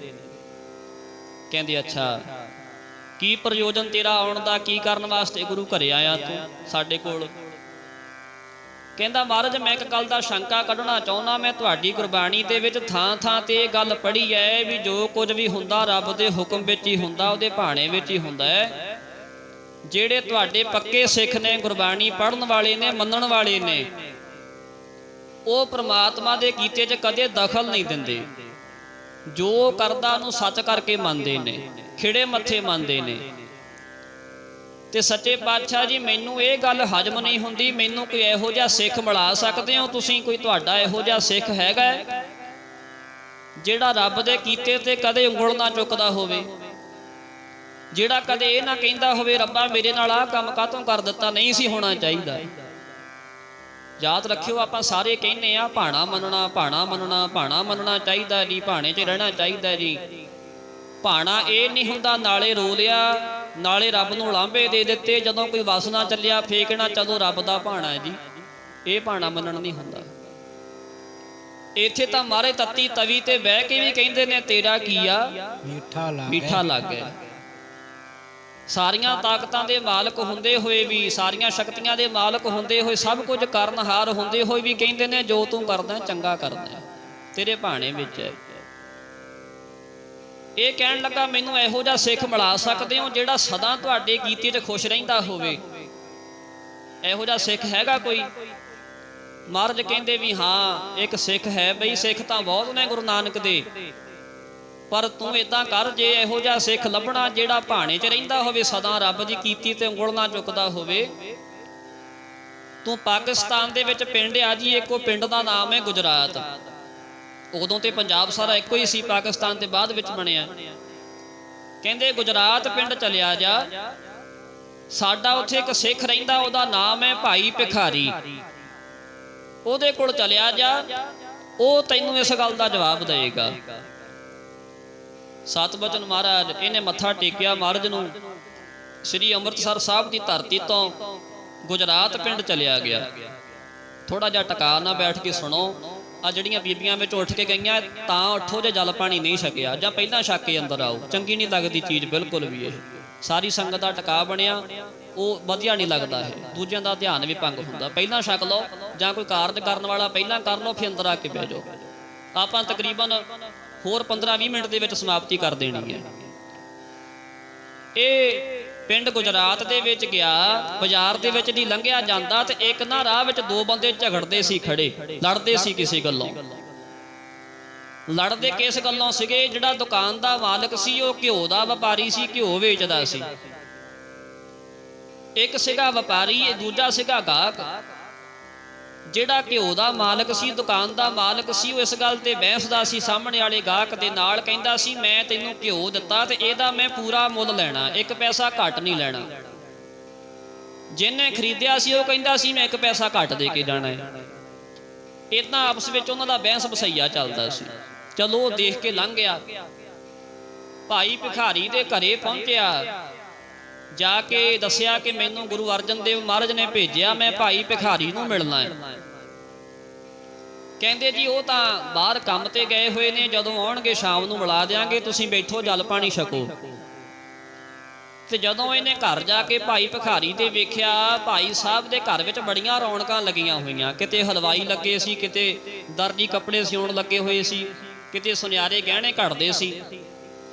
ਦੇਖਣ ਤੋਂ ਅੰਦਾਜ਼ਾ ਲੱਗ ਗਿਆ ਵੀ ਇਹਨਾਂ ਦੇ ਘਰ ਵਿੱਚ ਕੋਈ ਖੁਸ਼ੀ ਦਾ ਮਾਹੌਲ ਹੈ, ਲੱਗਦਾ ਕਿਸੇ ਦੀ ਸ਼ਾਦੀ ਹੋਣ ਵਾਲੀ ਹੈ। ਪੁੱਛਿਆ, ਕਹਿੰਦੇ ਹਾਂਜੀ ਭਾਈ ਭਿਖਾਰੀ ਦੇ ਲੜਕੇ ਦੀ ਸ਼ਾਦੀ ਹੈ, ਉਹਦਾ ਵਿਆਹ ਹੈ। ਬਹਿ ਜਾਓ, ਭਾਈ ਸਾਹਿਬ ਆਉਣਗੇ, ਤੁਹਾਨੂੰ ਹੁਣੇ ਮਿਲ ਲੈਣਗੇ। ਸੁਨੇਹਾ ਭੇਜਿਆ, ਭਾਈ ਭਿਖਾਰੀ ਜੀ ਆ ਗਏ। ਜਦੋਂ ਇਹਨੇ ਭਾਈ ਭਿਖਾਰੀ ਨੂੰ ਵੇਖਿਆ ਤੇ ਦੇਖ ਕੇ ਸੋਚਦਾ, ਕਹਿੰਦਾ ਉਹ ਇਹ ਭਾਈ ਭਿਖਾਰੀ ਹੈ। ਇਹਨੂੰ ਕਹਿੰਦੇ ਸੀ ਮਹਾਰਾਜ ਵੀ ਭਾਣੇ 'ਚ ਖੁਸ਼ ਰਹਿੰਦਾ ਹੈ।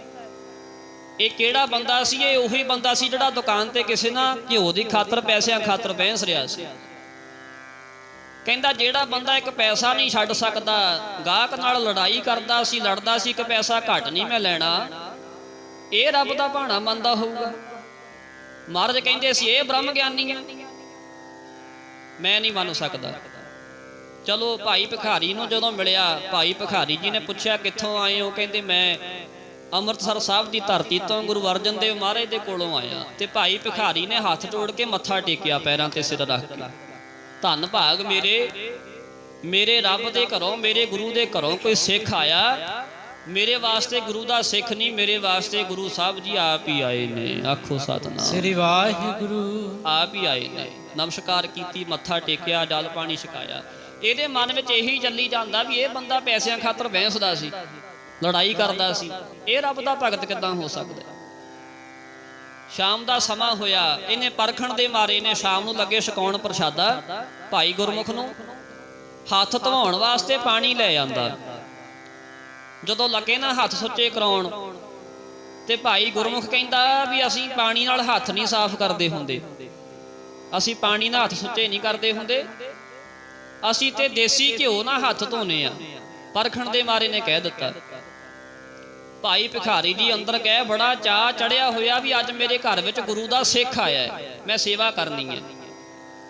ਅੰਦਰ ਗਏ, ਅੰਦਰ ਜਾ ਕੇ ਨਾ ਭਰਿਆ ਹੋਇਆ ਗੜਵਾ ਦੇਸੀ ਘਿਓ ਦਾ ਲਿਆ ਕੇ ਉਹਦੇ ਹੱਥਾਂ ਤੇ ਉਲਟਾ ਦਿੱਤਾ। ਹੁਣ ਬੜਾ ਹੈਰਾਨ ਹੋਇਆ ਭਾਈ ਗੁਰਮੁਖ ਵੀ ਇਹ ਬੰਦਾ ਦੁਕਾਨ ਤੇ ਤਾਂ 1 ਪੈਸੇ ਖਾਤਰ ਬਹਿਸਦਾ ਸੀ, ਲੜਦਾ ਸੀ, ਗਾਹਕ ਦੇ ਨਾਲ ਕਹਿੰਦਾ ਸੀ 1 ਪੈਸਾ ਘੱਟ ਨਹੀਂ ਲੈਣਾ, ਮੈਂ ਪੂਰੇ ਪੈਸੇ ਲੈਣੇ ਆ, ਜਾਂ ਤੇ ਪੂਰੇ ਦੇ, ਤੇ ਜੇ ਤੇਰੇ ਕੋਲ ਮਾਇਆ ਹੈ ਨਹੀਂ ਫਿਰ ਬੇਸ਼ੱਕ ਉਦਾਂ ਹੀ ਲੈ ਜਾ। ਇੱਥੇ ਇਹਨੇ ਸੀ ਨਹੀਂ ਕੀਤੀ, ਭਰਿਆ ਹੋਇਆ ਗੜਵਾ ਮੇਰੇ ਹੱਥਾਂ ਤੇ ਦੇਸੀ ਘਿਓ ਦਾ ਪਾ ਦਿੱਤਾ। ਪੁੱਛਦਾ, ਕਹਿੰਦਾ ਭਾਈ ਸਾਹਿਬ ਜਦੋਂ ਮੈਂ ਤੁਹਾਡੀ ਦੁਕਾਨ ਦੇ ਬਾਹਰ ਲੰਘਿਆ ਸੀ, ਮੈਂ ਤੁਹਾਨੂੰ ਲੜਦਿਆਂ ਵੇਖਿਆ, ਕਾਕ ਦੇ ਨਾਲ। ਤੁਸੀਂ ਉੱਥੇ ਇੱਕ ਪੈਸਾ ਘੱਟ ਨਹੀਂ ਕੀਤਾ, ਇੱਥੇ ਤੁਸੀਂ ਲਿਆ ਕੇ ਮੇਰੇ ਹੱਥਾਂ ਤੇ ਦੇਸੀ ਘਿਓ ਦਾ ਕੜਵਾ ਹੀ ਪੁੱਠਾ ਕਰ ਦਿੱਤਾ। ਤੇ ਭਾਈ ਭਿਖਾਰੀ ਨੇ ਬੜਾ ਸੋਹਣਾ ਜਵਾਬ ਦਿੱਤਾ। ਕਹਿਣ ਲੱਗੇ, ਭਾਈ ਗੁਰਮੁਖਾ, ਗੁਰਸਿੱਖਾ, ਉਹ ਮੇਰੀ ਕਿਰਤ ਸੀ, ਇਹ ਮੇਰੀ ਸੇਵਾ ਹੈ। ਆਖੋ ਸਤਿਨਾਮ ਸ੍ਰੀ ਵਾਹਿਗੁਰੂ। ਉਹ ਮੇਰੀ ਕਿਰਤ ਸੀ, ਜੋ ਮੈਂ ਰੇਟ ਰੱਖਿਆ ਮੈਂ ਉਸੇ ਰੇਟ ਤੇ ਚੀਜ਼ ਆਪਣੀ ਵੇਚਣੀ ਹੈ, ਘਾਟਾ ਵਾਧਾ ਨਹੀਂ ਕਰਨਾ। ਹਾਂ ਕਿਸੇ ਨੂੰ ਲੋੜ ਹੈ ਉਦਾਂ ਲੈ ਜਾਵੇ, ਪਰ ਇਹ ਮੇਰੀ ਸੇਵਾ। ਸੇਵਾ ਦੇ ਵਿੱਚ ਤਾਂ ਭਾਵੇਂ ਮੇਰਾ ਸਾਰਾ ਕੁਝ ਲੱਗ ਜਾਵੇ ਤਾਂ ਵੀ ਮੈਂ ਪਰਵਾਹ ਨਹੀਂ ਕਰਦਾ।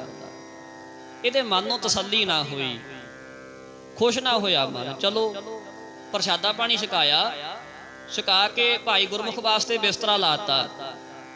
ਉਹ ਆਰਾਮ ਲੱਗ ਪਿਆ ਕਰਨ ਤੇ ਭਾਈ ਭਿਖਾਰੀ ਨੇ ਨਾ ਜੀ ਇੱਕ ਦਰੀ ਪਈ ਸੀ ਪਾਟੀ ਹੋਈ, ਉਹ ਦਰੀ ਚੁੱਕ ਕੇ ਸਿਉਣੀ ਸ਼ੁਰੂ ਕਰ ਦਿੱਤੀ, ਤੱਪੜ ਸਿਉਣਾ ਸ਼ੁਰੂ ਕਰ ਦਿੱਤਾ। ਜਿਹੜੇ ਕਮਰੇ 'ਚ ਆਰਾਮ ਲੱਗੇ ਸੀ ਕਰਨ, ਉਸੇ ਕਮਰੇ ਵਿੱਚ ਜਿਹਦੇ ਉੱਪਰ ਆਪਾਂ ਕਿਸੇ ਮ੍ਰਿਤਕ ਪ੍ਰਾਣੀ ਨੂੰ ਪਾ ਕੇ ਲੈ ਕੇ ਜਾਂਦੇ, ਸੀੜੀ ਕਹਿੰਦੇ ਆਪਾਂ ਜਿਹਨੂੰ, ਉਹ ਪਈ ਸੀ ਕਿਸੇ ਮਰੇ ਹੋਏ ਪ੍ਰਾਣੀ ਨੂੰ ਲੈ ਕੇ ਜਾਣ ਵਾਸਤੇ। ਬੜਾ ਹੈਰਾਨ ਹੋਇਆ ਵੀ ਬਾਹਰ ਖੁਸ਼ੀਆਂ ਦਾ ਮਾਹੌਲ ਹੈ, ਬਾਹਰ ਬੜੇ ਰੰਗ ਰਾਗ ਮਨਾਏ ਜਾ ਰਹੇ ਨੇ, ਅੰਦਰ ਬੈਠੇ ਦਰੀ ਸਿਉਈ ਜਾਂਦੇ ਐ। ਮੈਂ ਸੁਣਿਆ ਸੀ ਵੀ ਰੱਬ ਦਾ ਬੜਾ ਤਕੜਾ ਭਗਤ ਹੈ, ਗੁਰਸਿੱਖ ਹੈ, ਤੇ ਮਾਲਾ ਫੇਰਦਾ ਹੋਊਗਾ ਬੈਠਾ, ਇਹਨੂੰ ਤਾਂ ਕੰਮਾਂ ਵਿੱਚੋਂ ਹੀ ਵੇਲ ਨਹੀਂ, ਇਹ ਰੱਬ ਦਾ ਨਾਮ ਕਦੋਂ ਜਪਦਾ ਹੋਊਗਾ। ਗੁਰਬਾਣੀ ਵਿੱਚ ਵੀ ਇਸ ਗੱਲ ਦੀ ਗਵਾਹੀ ਆਪਾਂ ਲੈ ਸਕਦੇ ਹਾਂ। ਜਦੋਂ ਭਗਤ ਨਾਮਦੇਵ ਜੀ ਦੇ ਕੋਲ ਭਗਤ ਤਰਲੋਚਨ ਜੀ ਗਏ ਸੀ ਨਾ ਪਹਿਲੀ ਵਾਰੀ ਮਿਲਣ, ਸੁਣਿਆ ਸੀ ਭਗਤ ਨਾਮਦੇਵ ਬੜਾ ਤਕੜਾ ਭਗਤ ਹੈ, ਰੱਬ ਦਾ ਬੜੀ ਬੰਦਗੀ ਕਰਦਾ ਹੈ। ਤੇ ਮਨ ਵਿੱਚ ਸੋਚਦੇ ਜਾਂਦੇ ਸੀ ਬਹੁਤ ਤਕੜਾ ਡੇਰਾ ਬਣਿਆ ਹੋਵੇਗਾ, ਭਗਤ ਨਾਮਦੇਵ ਜੀ ਕਿਤੇ ਆਸਣ ਲਾ ਕੇ ਬੈਠੇ ਹੋਣਗੇ, ਪਿੱਛੇ 2-4 ਸੇਵਾਦਾਰ ਖੜੇ ਹੋਣਗੇ, ਹੱਥ ਵਿੱਚ ਮਾਲਾ ਫੜੀ ਹੋਏਗੀ, ਮਾਲਾ ਫੇਰਦੇ ਹੋਣੇ ਆ। ਤੇ ਜਦੋਂ ਜਾ ਕੇ ਭਗਤ ਨਾਮਦੇਵ ਜੀ ਨੂੰ ਦੇਖਿਆ ਤੇ ਭਗਤ ਨਾਮਦੇਵ ਜੀ ਜਾਂਦੇ ਹੋਏ ਸੂਈ ਧਾਗੇ ਨਾਲ ਕੱਪੜੇ ਸਿਉਂਦੇ ਸੀ। ਬੜਾ ਹੈਰਾਨ ਹੋਇਆ, ਕਹਿੰਦਾ ਮੈਂ ਕਹਿੰਦਾ ਸੀ ਰੱਬ ਦਾ ਬਹੁਤ ਤਕੜਾ ਭਗਤ ਹੈ, ਕੋਈ ਬੰਦਗੀ ਕਰਦਾ ਹੋਏਗਾ, ਮਾਲਾ ਫੇਰਦਾ ਹੋਏਗਾ, ਇਹ ਤੇ ਬੈਠਾ ਕੱਪੜੇ ਸਿਉਈ ਜਾਂਦਾ, ਇਹ ਤਾਂ ਸੰਸਾਰੀ ਕੰਮਾਂ ਵਿੱਚ ਹੀ ਰੁੱਝਿਆ ਹੋਇਆ। ਜਾ ਕੇ ਲਾਂਭਾ ਦਿੱਤਾ, ਕਹਿਣ ਲੱਗੇ ਭਗਤ ਤਰਲੋਚਨ ਜੀ, ਨਾਮਾ ਮਾਇਆ ਮੋਹਿਆ ਕਹਿ ਤਲੋਚਨ ਮੀਤ, ਕਾਹੇ ਛਿਪੋ ਛਾਈ ਲੈ ਰਾਮ ਨਾ ਲਾਵੋ ਚੀਤ। ਤੁਸੀਂ ਤਾਂ ਕਹਿੰਦੇ ਕੱਪੜੇ ਸਿਉਨੇ ਹੋ ਮਾਇਆ ਖਾਤਰ, ਮਾਇਆ 'ਚ ਫਸੇ ਹੋਏ, ਤੁਸੀਂ ਰੱਬ ਦਾ ਨਾਮ ਕਦੋਂ ਜਪਦੇ ਹੋਵੋਗੇ। ਤੇ ਭਗਤ ਨਾਮਦੇਵ ਜੀ ਨੇ ਬੜਾ ਸੋਹਣਾ ਜਵਾਬ ਦਿੱਤਾ। ਭਗਤ ਜੀ ਕਹਿਣ ਲੱਗੇ, ਨਾਮਾ ਕਹਿ ਤਲੋਚਨਾ ਮੁਖ ਤੇ ਰਾਮ ਸੰਭਾਲ, ਹਾਥ ਪਾਉ ਕਰ ਕਾਮ ਸਭ ਚੀਤ ਨਿਰੰਜਨ ਨਾਲ। ਕਹਿੰਦੇ ਰੱਬ ਦਾ ਨਾਮ ਤੇ ਜੀਭ ਨਾਲ ਜਪਣਾ, ਹੱਥਾਂ ਪੈਰਾਂ ਨਾਲ ਤਾਂ ਨਹੀਂ ਜਪਣਾ ਹੈ। ਜੇ ਰੱਬ ਨੂੰ ਯਾਦ ਕਰਨਾ, ਉਹਦੀ ਬੰਦਗੀ ਕਰਨੀ, ਉਹ ਤੇ ਜੀਭ ਨਾਲ ਕਰਾਂਗਾ, ਜੀਭ ਨਾਲ ਨਾਮ ਜਪਾਂਗਾ। ਹੱਥ ਪੈਰ ਤਾਂ ਰੱਬ ਨੇ ਕੰਮ ਕਰਨ ਵਾਸਤੇ ਦਿੱਤੇ ਨੇ। ਗੁਰੂ ਨਾਨਕ ਦੇ ਘਰ ਦਾ ਸਿਧਾਂਤ ਵੀ ਆਪਾਂ ਸਾਰਿਆਂ ਨੂੰ ਪਤਾ ਹੈ, ਕਿਰਤ ਕਰੋ, ਨਾਮ ਜਪੋ ਤੇ ਵੰਡ ਛਕੋ। ਗੁਰੂ ਦਾ ਸਿੱਖ ਸਭ ਤੋਂ ਪਹਿਲਾਂ ਕਿਰਤੀ ਹੋਏਗਾ, ਵਿਹਲੜ ਨਹੀਂ ਹੋਏਗਾ। ਰੱਬ ਦਾ ਬੰਦਾ ਜਿਹੜਾ ਵਿਹਲੜ ਹੋਏਗਾ, ਰੱਬ ਦਾ ਬੰਦਾ ਨਹੀਂ ਕਦੇ ਹੋ ਸਕਦਾ। ਭਗਤ ਨਾਮਦੇਵ ਜੀ ਨੇ ਇਦਾਂ ਕਰਕੇ ਸਮਝਾਇਆ ਸੀ। ਚਿਤ ਹਰੀ ਦੇ ਨਾਮ ਨਾਲ ਲਾਈਏ, ਹੱਥੀਂ ਪੈਰੀ ਕੰਮ ਕਰੀ, ਹਰੀ ਦੇ ਨਾਮ ਨਾਲ ਲਾਈਏ, ਹੱਥੀਂ ਪੈਰੀ ਕੰਮ ਕਰੀਏ। ਹਰੀ ਦੇ ਨਾਮ ਨਾਲ ਲਾਈਏ, ਹੱਥੀਂ ਪੈਰੀ ਕੰਮ ਕਰੀਏ। ਚਿਤ ਹਰੀ ਦੇ ਨਾਮ ਨਾਲ ਲਾਈਏ, ਹੱਥੀਂ ਪੈਰੀ ਕੰਮ ਕਰੀਏ। ਹਰੀ ਦੇ ਨਾਮ ਨਾਲ ਲਾਈਏ, ਹੱਥੀਂ ਪੈਰੀ ਕੰਮ ਕਰੀਏ। ਚਿਤ ਹਰੀ ਦੇ ਨਾਮ ਨਾਲ ਲਾਈਏ, ਹੱਥੀਂ ਪੈਰੀ ਕੰਮ ਕਰੀਏ। ਉਹ ਚਿਤ ਹਰੀ ਦੇ ਨਾਮ ਨਾਲ ਲਾਈਏ, ਹੱਥੀਂ ਪੈਰੀ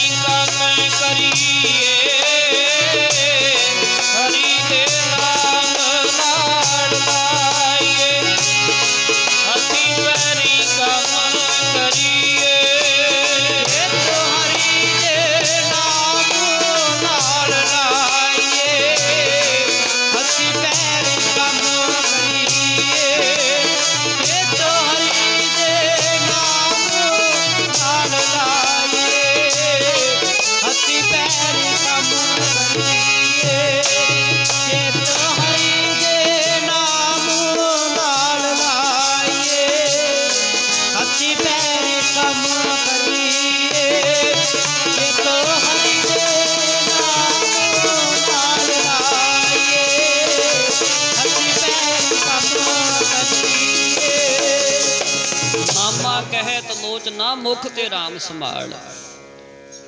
ਹੁਣ ਭਾਈ ਗੁਰਮੁਖ ਸੋਚਦਾ ਵੀ ਇਹ ਤਾਂ ਕੰਮ ਦੇ ਵਿੱਚ ਹੀ ਲੱਗੇ ਹੋਏ ਨੇ। ਪੁੱਛਿਆ, ਕਹਿੰਦੇ ਭਾਈ ਸਾਹਿਬ ਇਹ ਤੁਹਾਡੇ ਬਾਹਰ ਵਿਆਹ ਦਾ ਮਾਹੌਲ ਹੈ, ਤੁਹਾਡੇ ਬੱਚੇ ਦੀ ਸ਼ਾਦੀ ਹੈ, ਤੇ ਤੁਸੀਂ ਅੰਦਰ ਬੈਠੇ ਤੱਪੜ ਸਿਉਈ ਜਾਂਦੇ ਹੋ। ਆ ਮ੍ਰਿਤਕ ਪ੍ਰਾਣੀ ਨੂੰ ਲੈ ਕੇ ਜਾਣ ਵਾਸਤੇ ਅੰਦਰ ਸੀੜੀ ਪਈ ਹੈ, ਕਾਹਦੇ ਵਾਸਤੇ ਪਈ ਹੈ? ਤੇ ਭਾਈ ਭਿਖਾਰੀ ਜੀ ਕਹਿਣ ਲੱਗੇ, ਭਾਈ ਗੁਰਮੁਖ ਜੀ ਇਹ ਵੀ ਇਹ ਸਮਾਨ ਦੀ ਵੀ ਲੋੜ ਪਏਗੀ। ਹਜੇ ਤੁਸੀਂ ਵਿਆਹ ਦਾ ਆਨੰਦ ਮਾਣੋ, ਵਿਆਹ ਦੇਖੋ ਮੇਰੇ ਬੱਚੇ ਦਾ। ਇਹ ਸਮਾਨ ਮੈਂ ਤਾਂ ਇਕੱਠਾ ਕਰ ਰਿਹਾ, ਇਹ ਸਮਾਂ ਵੀ ਆਉਣ ਵਾਲਾ ਹੀ ਹੈ ਜਲਦੀ। ਅੱਛਾ, ਬੜਾ ਹੈਰਾਨ ਹੋਇਆ ਭਾਈ ਗੁਰਮੁਖ। ਅੱਛਾ, ਸਵੇਰ ਹੋਈ ਜੀ, ਭਾਈ ਭਿਖਾਰੀ ਦੇ ਬੱਚੇ ਦੀ ਬਰਾਤ ਚੜੀ, ਜਿੱਥੇ ਜਾਣੀ ਸੀ ਉੱਥੇ ਪਹੁੰਚੀ, ਲਾਵਾਂ ਹੋ ਗਈਆਂ, ਘਰ ਵਿੱਚ ਨਵੀਂ ਵਿਆਹੀ ਨੂੰਹ ਆ ਗਈ, ਭਾਈ ਭਿਖਾਰੀ ਦੇ ਲੜਕੇ ਦੀ ਸ਼ਾਦੀ ਹੋ ਗਈ। ਇੱਕ ਦੋ ਦਿਨ ਲੰਘੇ। ਜਦੋਂ ਇੱਕ ਦੋ ਦਿਨ ਲੰਘੇ ਤਾਂ ਰਾਤ ਨੂੰ ਸੁੱਤਿਆਂ ਪਿਆਂ ਦੇ ਭਾਈ ਭਿਖਾਰੀ ਦੇ ਲੜਕੇ ਦੇ ਢਿੱਡ ਵਿੱਚ ਦਰਦ ਹੋਇਆ, ਬਹੁਤ ਜ਼ਿਆਦਾ ਸੂਲ ਹੋਈ। ਇਹੋ ਜਿਹਾ ਕਹਿੰਦੇ ਦਰਦ ਹੋਇਆ, ਬੜੇ ਇਲਾਜ ਕੀਤੇ, ਬੜੇ ਹਕੀਮ ਸੱਦੇ, ਪਰ ਕੋਈ ਫਰਕ ਨਾ ਪਿਆ। ਯਾਦ ਰੱਖਿਓ, ਦੁਨੀਆ ਦੇ ਇਲਾਜ, ਸੰਸਾਰ ਦੇ ਇਲਾਜ ਵੀ ਉਦੋਂ ਹੀ ਕੰਮ ਕਰਦੇ ਜਦੋਂ ਰੱਬ ਦੀ ਮਰਜ਼ੀ ਹੋਵੇ। ਆਖੋ ਸਤਿਨਾਮ ਸ੍ਰੀ ਵਾਹਿਗੁਰੂ। ਜਿਹੜੇ ਡਾਕਟਰ ਦੂਜਿਆਂ ਦਾ ਇਲਾਜ ਕਰਦੇ ਨੇ ਨਾ ਜੀ, ਕਈ ਇਹੋ ਜਿਹੇ ਡਾਕਟਰ ਮੈਂ ਸੁਣੇ ਨੇ ਜਿਹੜੇ ਕੈਂਸਰ ਦੇ ਸਪੈਸ਼ਲਿਸਟ ਨੇ, ਦੂਜਿਆਂ ਨੂੰ ਕੈਂਸਰ ਦੀਆਂ ਦਵਾਈਆਂ ਦਿੰਦੇ ਨੇ, ਉਹਨਾਂ ਦੀ ਆਪਦੀ ਮੌਤ ਕੈਂਸਰ ਨਾਲ ਹੀ ਹੋਈ। ਜਿਹੜੇ ਦੂਜਿਆਂ ਨੂੰ ਰਾਜੀ ਕਰਦੇ, ਇੱਥੇ ਇਹ ਨਾ ਸਮਝਿਓ ਕਿ ਮੈਂ ਕਿਸੇ ਦੀ ਨਿੰਦਿਆ ਕਰ ਰਿਹਾ। ਇੱਕ ਉਦਾਹਰਣ ਹੈ ਵੀ ਜਦੋਂ ਰੱਬ ਦੀ ਨਜ਼ਰ ਪੁੱਠੀ ਹੁੰਦੀ ਆ ਨਾ ਜੀ, ਉਦੋਂ ਇਲਾਜ ਵੀ ਕੰਮ ਨਹੀਂ ਕਰਦੇ। ਆਪਾਂ ਕਈ ਵਾਰੀ ਕਿਸੇ ਦੇ ਜਦੋਂ ਅਫਸੋਸ ਤੇ ਜਾਂਦੇ ਤੇ ਇਹ ਗੱਲ ਕਹਿੰਦੇ ਆ, ਭਾਈ ਇਲਾਜ ਸਦਾ ਵਧੀ ਦਾ ਹੁੰਦਾ ਹੈ। ਜੇ ਵਧੀ ਹੋਏਗੀ ਨਾ ਤੇ ਫਿਰ ਇਲਾਜ ਹੋਏਗਾ। ਵੈਦਾਂ ਸੰਦਾ ਸੰਗ ਇਕੱਠਾ ਹੋਇਆ, ਔਖਦ ਆਏ ਰਾਸ ਵਿੱਚ ਆਪ ਖਲੋਇਆ। ਦਵਾਈਆਂ ਵੀ ਉਦੋਂ ਕੰਮ ਕਰਦੀਆਂ ਜਦੋਂ ਪ੍ਰਮਾਤਮਾ ਦੀ ਵਿੱਚ ਮਿਹਰ ਹੋਵੇ, ਨਜ਼ਰ ਹੋਵੇ। ਬੜਾ ਇਲਾਜ ਕਰਾਇਆ ਪਰ ਆਰਾਮ ਨਾ ਆਇਆ। ਉਹ ਢਿੱਡ ਵਿੱਚ ਸੂਲ ਹੋਈ, ਦਰਦ ਹੋਈ, ਤੇ ਭਾਈ ਭਿਖਾਰੀ ਦਾ ਲੜਕਾ ਚੜ੍ਹਾਈ ਕਰ ਗਿਆ। ਜਦੋਂ ਚੜ੍ਹਾਈ ਕਰ ਗਿਆ ਬੱਚਾ, ਸਵੇਰ ਦਾ ਸਮਾਂ ਹੋਇਆ, ਭਾਈ ਭਿਖਾਰੀ ਨੇ ਆਪਣੇ ਹੱਥੀਂ ਜਾ ਕੇ ਸੰਸਕਾਰ ਕੀਤਾ। ਉਹ ਜਿਹੜੀ ਦਰੀ ਸਿਉਂਦੇ ਸੀ ਨਾ ਬੈਠੇ, ਉਹ ਦਰੀ ਵਿਛਾ ਲਈ। ਕਹਿੰਦੇ ਆਜੋ ਇਹ ਤੇ ਬਹਿ ਕੇ ਆਪਾਂ ਆਪਣੇ ਬੱਚੇ ਦਾ ਅਫਸੋਸ ਕਰਦੇ ਹਾਂ। ਨਗਰ ਦੇ ਲੋਕ ਇਕੱਠੇ ਹੋ ਕੇ ਆਏ ਸਾਰੇ ਜਾਣੇ ਵੀ ਬੜੀ ਮਾੜੀ ਗੱਲ ਹੋਈ, ਭਾਈ ਭਿਖਾਰੀ ਦੇ ਲੜਕੇ ਦੀ ਪਰਸੋਂ ਸ਼ਾਦੀ ਹੋ ਕੇ ਹਟੀ, ਵਿਆਹ ਹੋ ਕੇ ਹਟਿਆ, ਅੱਜ ਇਹ ਚੜ੍ਹਾਈ ਕਰ ਗਿਆ। ਸਾਰੇ ਆ ਕੇ ਲਾਗੇ ਬੈਠ ਕੇ ਅਫਸੋਸ ਕਰਦੇ ਨੇ। ਭਾਈ ਸਾਹਿਬ ਬੈਠੇ ਸਾਰਿਆਂ ਦੇ ਵਿੱਚ, ਤੇ ਬੜੀ ਇੱਕ ਹੈਰਾਨੀ ਦੀ ਗੱਲ ਹੋਈ, ਜਦੋਂ ਉਹਨਾਂ ਦੇ ਲੜਕੇ ਦੀ ਸ਼ਾਦੀ ਸੀ ਉਦੋਂ ਭਾਈ ਭਿਖਾਰੀ ਦੇ ਮੂੰਹ ਤੇ ਕੋਈ ਹਾਸਾ ਨਹੀਂ ਵੇਖਿਆ ਭਾਈ ਗੁਰਮੁਖ ਨੇ, ਬਿਲਕੁਲ ਗੰਭੀਰ, ਕੋਈ ਖੁਸ਼ੀ ਨਹੀਂ ਵੇਖੀ। ਜਦੋਂ ਬੱਚਾ ਚੜ੍ਹਾਈ ਕਰ ਗਿਆ, ਪੁੱਤ ਚੜ੍ਹਾਈ ਕਰ ਗਿਆ, ਜਵਾਨ ਪੁੱਤ ਚੜ੍ਹਾਈ ਕਰ ਗਿਆ ਨਾ, ਤੇ ਕੋਈ ਉਹਨਾਂ ਦੇ ਚਿਹਰੇ ਤੇ ਸੋਗ ਨਹੀਂ ਵੇਖਿਆ ਭਾਈ ਗੁਰਮੁਖ ਨੇ। ਨਾ ਖੁਸ਼ੀ ਵਿੱਚ ਖੁਸ਼ ਹੋਏ, ਨਾ ਗਮੀ ਵਿੱਚ, ਦੁੱਖ ਵਿੱਚ ਦੁਖੀ ਹੋਏ, ਬਿਲਕੁਲ ਗੰਭੀਰ ਚਿਹਰਾ। ਤੇ ਭਾਈ ਗੁਰਮੁਖ ਨੇ ਭਾਈ ਭਿਖਾਰੀ ਨੂੰ ਬਾਂਹ ਤੋਂ ਫੜ ਲਿਆ, ਅੰਦਰ ਲੈ ਗਏ। ਜਾ ਕੇ ਕਹਿੰਦੇ ਭਾਈ ਭਿਖਾਰੀ ਨੂੰ, ਕਹਿੰਦੇ ਭਾਈ ਸਾਹਿਬ ਮੈਂ ਤੁਹਾਨੂੰ ਇੱਕ ਗੱਲ ਪੁੱਛਣੀ ਚਾਹੁੰਦਾ ਹੈ। ਕਹਿੰਦੇ ਪੁੱਛੋ। ਕਹਿੰਦੇ ਤੁਹਾਨੂੰ ਪਤਾ ਸੀ ਵੀ ਤੁਹਾਡੇ ਬੱਚੇ ਨੇ ਚੜ੍ਹਾਈ ਕਰ ਜਾਣਾ, ਇਹਦੀ ਮੌਤ ਹੋ ਜਾਣੀ ਹੈ? ਕਹਿੰਦੇ ਹਾਂ ਮੈਨੂੰ ਪਤਾ ਸੀ ਮੇਰੇ ਬੱਚੇ ਨੇ ਚੜ੍ਹਾਈ ਕਰ ਜਾਣਾ ਹੈ। ਕਹਿੰਦੇ ਫਿਰ ਜੇ ਤੁਹਾਨੂੰ ਪਤਾ ਸੀ ਤੁਸੀਂ ਆਪਣੇ ਬੱਚੇ ਦਾ ਵਿਆਹ ਹੀ ਨਾ ਕਰਦੇ, ਇਹਦੀ ਸ਼ਾਦੀ ਕਾਹਤੋਂ ਕੀਤੀ? ਤੁਸੀਂ ਜੇ ਆਪਣੇ ਬੱਚੇ ਦਾ ਖਿਆਲ ਨਹੀਂ ਸੀ ਕਰਨਾ, ਘੱਟੋ ਘੱਟ ਜਿਹੜੀ ਇਹਦੇ ਘਰ ਵਿੱਚ ਵਿਆਹੀ ਆਈ ਹੈ, ਇਹਦੇ ਲੜ ਲੱਗ ਕੇ ਆਈ ਹੈ, ਉਹਦਾ ਖਿਆਲ ਹੀ ਕਰ ਲੈਂਦੇ। ਉਹਦੀ ਜ਼ਿੰਦਗੀ ਕਾਹਤੋਂ ਨਰਕ ਬਣਾ ਦਿੱਤੀ ਤੁਸੀਂ? ਜੇ ਤੁਹਾਨੂੰ ਪਤਾ ਸੀ ਤੁਹਾਡੇ ਪੁੱਤ ਨੇ ਚੜ੍ਹਾਈ ਕਰ ਜਾਣਾ, ਇਹਦੀ ਮੌਤ ਹੋ ਜਾਣੀ, ਤੁਸੀਂ ਇਹਦਾ ਜੀਵਨ ਮੰਗ ਲੈਂਦੇ ਗੁਰੂ ਸਾਹਿਬ ਦੇ ਕੋਲੋਂ ਜਾ ਕੇ, ਇਹਦੀ ਉਮਰ ਵਧਾ ਲੈਂਦੇ। ਤੇ ਭਾਈ ਭਿਖਾਰੀ ਹੱਥ ਜੋੜ ਕੇ ਹੱਸ ਕੇ ਕਹਿਣ ਲੱਗਾ ਭਾਈ ਗੁਰਮੁਖ ਨੂੰ, ਕਹਿੰਦੇ ਗੁਰਮੁਖਾ ਗੁਰੂ ਕੋਲ ਜਾ ਕੇ ਸਦਾ ਸੱਚ ਮੰਗੀਦਾ, ਝੂਠ ਨਹੀਂ ਮੰਗੀਦਾ। ਆਖੋ ਸਤਿਨਾਮ ਸ੍ਰੀ ਵਾਹਿਗੁਰੂ। ਕਹਿੰਦੇ ਮੈਂ ਆਪਣੇ ਪੁੱਤ ਦੀ ਉਮਰ ਮੰਗ ਵੀ ਲੈਂਦਾ, ਕਿੰਨੀ ਕੁ ਉਮਰ ਮਿਲ ਜਾਂਦੀ? 10 ਸਾਲ ਮਿਲ ਜਾਂਦੇ, 20 ਸਾਲ ਮਿਲ ਜਾਂਦੇ, 30 ਸਾਲ ਮਿਲ ਜਾਂਦੇ, ਅਕਸਰ ਤਾਂ ਮੌਤ ਹੋਣੀ ਸੀ। ਗੁਰੂ ਕੋਲ ਜਾ ਕੇ ਸਦਾ ਸੱਚ ਮੰਗੀਦਾ, ਕਦੇ ਝੂਠ ਨਹੀਂ ਮੰਗੀਦਾ। ਕਹਿੰਦੇ ਅੱਛਾ ਚਲੋ ਮਹਾਰਾਜ ਤੁਸੀਂ ਤਾਂ ਨਹੀਂ ਮੰਗਣਾ ਸੀ ਗੁਰੂ ਸਾਹਿਬ ਕੋ ਜਾ ਕੇ, ਪਰ ਇਹਦੇ ਘਰ ਵਾਲੀ ਦਾ ਕੀ ਕਸੂਰ ਸੀ? ਇਹ 3 ਦਿਨ ਹੋਏ ਨੇ ਹਜੇ ਵਿਆਹ ਹੋਏ ਨੂੰ, ਐਡੀ ਛੇਤੀ ਵਿਧਵਾ ਹੋ ਗਈ ਹੈ, ਇਹਦੇ ਸਿਰ ਤੇ ਚਿੱਟੀ ਚੁੰਨੀ ਆ ਗਈ, ਆਪਣੀ ਜ਼ਿੰਦਗੀ ਕਿਵੇਂ ਕੱਟੇਗੀ? ਤੁਸੀਂ ਇਹਦੇ ਤੇ ਤਰਸ ਕਰ ਲੈਂਦੇ। ਤੇ ਭਾਈ ਭਿਖਾਰੀ ਜੀ ਕਹਿਣ ਲੱਗੇ ਮੈਂ ਤੇ ਤਰਸ ਕਿਵੇਂ ਕਰਦਾ, ਇਹ ਤੇ ਕਰਮਾਂ ਦਾ ਲੇਖਾ ਜੋਖਾ ਹੋ ਰਿਹਾ। ਭਾਈ ਗੁਰਮੁਖ ਪੁੱਛਦਾ, ਕਹਿੰਦੇ ਮਹਾਰਾਜ ਕਰਮਾਂ ਦਾ ਲੇਖਾ ਜੋਖਾ ਇਹਦਾ ਕੀ ਹੋ ਰਿਹਾ ਇਹਦੇ ਨਾਲ? ਭਾਈ ਭਿਖਾਰੀ ਨੇ ਉੱਥੇ ਫਿਰ ਗੱਲ ਸਮਝਾਈ। ਲਓ ਹੁਣ ਸਮਾਪਤੀ ਵੱਲ ਨੂੰ ਮੈਂ ਆਵਾਂ। ਭਾਈ ਭਿਖਾਰੀ ਜੀ ਕਹਿਣ ਲੱਗੇ, ਜਿਹੜਾ ਮੇਰਾ ਪੁੱਤ ਚੜ੍ਹਾਈ ਕੀਤਾ ਹੈ, ਮੈਂ ਇਹਨੂੰ ਆਪਣਾ ਪੁੱਤ ਵੇਖਾਂ ਜਾਂ ਇਹਦਾ ਪਿਛਲੇ ਜਨਮਾਂ ਦਾ ਹਿਸਾਬ ਕਿਤਾਬ ਦੇਖਾਂ? ਕਹਿੰਦੇ ਕੀ ਹਿਸਾਬ ਕਿਤਾਬ ਸੀ ਤੁਹਾਡੇ ਪੁੱਤ ਦਾ? ਕਹਿੰਦੇ ਜਿਹੜਾ ਮੇਰਾ ਪੁੱਤ ਚੜ੍ਹਾਈ ਕੀਤਾ, ਪਿਛਲੇ ਜਨਮ ਵਿੱਚ ਜੰਗਲ ਵਿੱਚ ਰਹਿੰਦਾ ਸਾਧੂ ਤਪੱਸਿਆ ਕਰਦਾ ਸੀ। ਕਹਿੰਦੇ ਅੱਛਾ, ਇਹਦਾ ਫਿਰ ਤੁਹਾਡੇ ਨਾਲ ਇਹ ਬੱਚੀ ਨਾਲ ਕੀ ਕਨੈਕਸ਼ਨ ਹੈ ਜਿਹੜੀ ਇਹਦੇ ਵਿਆਹ ਕੇ ਘਰ ਆਈ ਹੈ? ਕਹਿੰਦੇ ਇਹ ਬੱਚੀ ਆਪਣੇ ਪਿੰਡ ਵਿੱਚ ਰਹਿੰਦੀ ਸੀ। ਇਹ ਜਿਹੜਾ ਮੇਰਾ ਪੁੱਤ ਚੜ੍ਹਾਈ ਕੀਤਾ, ਪਿੰਡ ਵਿੱਚੋਂ ਭਿਖਿਆ ਮੰਗਣ ਵਾਸਤੇ ਜਾਂਦਾ ਹੁੰਦਾ ਸੀ, ਪ੍ਰਸ਼ਾਦਾ ਲੈਣ ਵਾਸਤੇ ਜਾਂਦਾ ਹੁੰਦਾ ਸੀ। ਇਹ ਜਿਹੜੀ ਬੱਚੀ ਮੇਰੇ ਘਰ ਵਿੱਚ ਇਹਦੇ ਘਰ ਵਿਆਹ ਕੇ ਆਈ ਹੈ, ਮੇਰੀ ਨੂੰਹ ਬਣ ਕੇ ਆਈ ਹੈ, ਇਹਦੇ ਮਨ ਵਿੱਚ ਇਹ ਚਾਹਨਾ ਸੀ, ਇਹ ਇੱਛਾ ਸੀ ਵੀ ਮੈਂ ਇਹ ਸਾਧੂ ਨਾਲ ਵਿਆਹ ਕਰਵਾ ਲਵਾਂ, ਇਹ ਮੇਰਾ ਪਤੀ ਬਣ ਜਾਵੇ। ਪਰ ਸੰਸਾਰ ਦੇ ਡਰ ਤੋਂ, ਲੋਕਾਂ ਦੇ ਡਰ ਤੋਂ ਇਹ ਆਪਣੀ ਗੱਲ ਕਹਿ ਨਹੀਂ ਸਕੀ। ਉਹ ਮਨ ਵਿੱਚ ਜਿਹੜੀ ਇੱਛਾ ਸੀ ਉਹ ਰਹਿ ਗਈ ਉਦਾਂ ਦੀ ਉਦਾਂ ਹੀ ਦੱਬੀ। ਥੋੜਾ ਸਮਾਂ ਲੰਘਿਆ ਤੇ ਕਹਿੰਦੇ ਇਹ ਸਾਧੂ ਤਪਸਵੀ ਵੀ ਚੜ੍ਹਾਈ ਕਰ ਗਿਆ, ਇਹ ਜਿਹੜੀ ਬੀਬੀ ਸੀ ਇਹ ਵੀ ਚੜ੍ਹਾਈ ਕਰ ਗਈ। ਕਹਿੰਦੇ ਚੜ੍ਹਾਈ ਕਰਕੇ ਆ ਕੇ ਉਹ ਸਾਧੂ ਨੇ ਮੇਰੇ ਘਰੇ ਜਨਮ ਲਿਆ ਤੇ ਇਹ ਬੀਬੀ ਉਹਦੇ ਘਰੇ ਅੱਜ ਵਿਆਹੀ ਆਈ ਹੈ। ਇਹਨਾਂ ਦਾ ਮਿਲਾਪ ਨਹੀਂ ਸੀ ਲਿਖਿਆ ਕਰਮਾਂ ਦੇ ਵਿੱਚ ਹੋਣਾ। ਇਹਦੇ ਮਨ ਵਿੱਚ ਆਖਰੀ ਇੱਛਾ ਪੈਦਾ ਹੋ ਗਈ ਸੀ, ਮੈਂ ਸਾਧੂ ਨਾਲ ਵਿਆਹ ਕਰਾਵਾਂ। ਰੱਬ ਨੇ ਉਹ ਇੱਛਾ ਪੂਰੀ ਕੀਤੀ ਹੈ, ਇੱਛਾ ਪੂਰੀ ਹੋ ਗਈ। ਮੇਰਾ ਪੁੱਤ ਫੇਰ ਚੜ੍ਹਾਈ ਕਰਕੇ ਚਲੇ ਗਿਆ, ਇਹ ਹੁਣ ਉਹਦੀ ਵਿਜੋਗ ਵਿੱਚ ਦਿਨ ਕੱਟੇਗੀ। ਕਹਿੰਦੇ ਮੈਨੂੰ ਹੁਣ ਇਹ ਦੱਸ, ਮੈਂ ਉਹ ਸਾਧੂ ਤਪਸਵੀ ਦੇਖਾਂ ਜਾਂ ਇਹਨੂੰ ਉਹਦੇ ਰੂਪ ਵਿੱਚ ਆਪਣਾ ਪੁੱਤ ਵੇਖਾਂ? ਇਹ ਤੇ ਕਰਮਾਂ ਦਾ ਹਿਸਾਬ ਕਿਤਾਬ ਹੋ ਰਿਹਾ। ਸਾਰੇ ਜੋ ਆਪਾਂ ਇੱਥੇ ਬੈਠੇ ਆ, ਚਾਹੇ ਕੋਈ ਧੀ ਹੈ ਚਾਹੇ ਕੋਈ ਪੁੱਤ ਹੈ, ਸਾਰੇ ਆਪੋ ਆਪਣੇ ਕਰਮਾਂ ਦਾ ਹਿਸਾਬ ਕਿਤਾਬ ਦੇ ਰਹੇ ਨੇ। ਇਹ ਤੇ ਪ੍ਰਮਾਤਮਾ ਦਾ ਭਾਣਾ ਹੀ। ਭਾਈ ਭਿਖਾਰੀ ਜੀ ਕਹਿਣ ਲੱਗੇ ਇਦਾਂ ਸੀ, ਉਹਦੇ ਭਾਣੇ ਵਿੱਚ ਮੈਂ ਸਦਾ ਖੁਸ਼ ਹਾਂ, ਕਦੇ ਉਹਨੂੰ ਲਾਂਭਾ ਨਹੀਂ ਦਿੰਦਾ। ਪੜਿਓ ਪਿਆਰ ਨਾਲ ਧਾਰਨਾ, ਆਪੇ ਹਰ ਇੱਕ ਰੰਗ ਹੈ ਆਪੇ ਬਹੁ ਰੰਗੀ, ਜੋਤ ਸੁਭਾਵੇ ਨਾਨਕਾ ਸਾਈ ਗੱਲ ਜੀੜਾ ਅਗਨ ਬਰਾਬਰ ਤਪੈ ਭੀਤਰ ਵਗੈ ਕਾਤੀ, ਪ੍ਰਣਮਤ ਨਾਨਕ ਹੁਕਮ ਪਛਾਣਿਆ ਸੁਖ ਹੋਵੇ ਦਿਨ ਰਾਤੀ। ਪਰਮਾਤਮਾ ਦੇ ਹੁਕਮ ਨੂੰ ਪਛਾਣ ਲਓ। ਮਹਾਰਾਜ ਕਹਿੰਦੇ ਦੁੱਖ ਦੇ ਸਮੇਂ ਵਿੱਚ ਵੀ ਕਦੇ ਦੁਖੀ ਨਹੀਂ ਹੋਵੋਗੇ, ਉਹਦੇ ਭਾਣੇ ਚ ਰਹੋ। ਪੜਿਓ ਪਿਆਰ ਨਾਲ।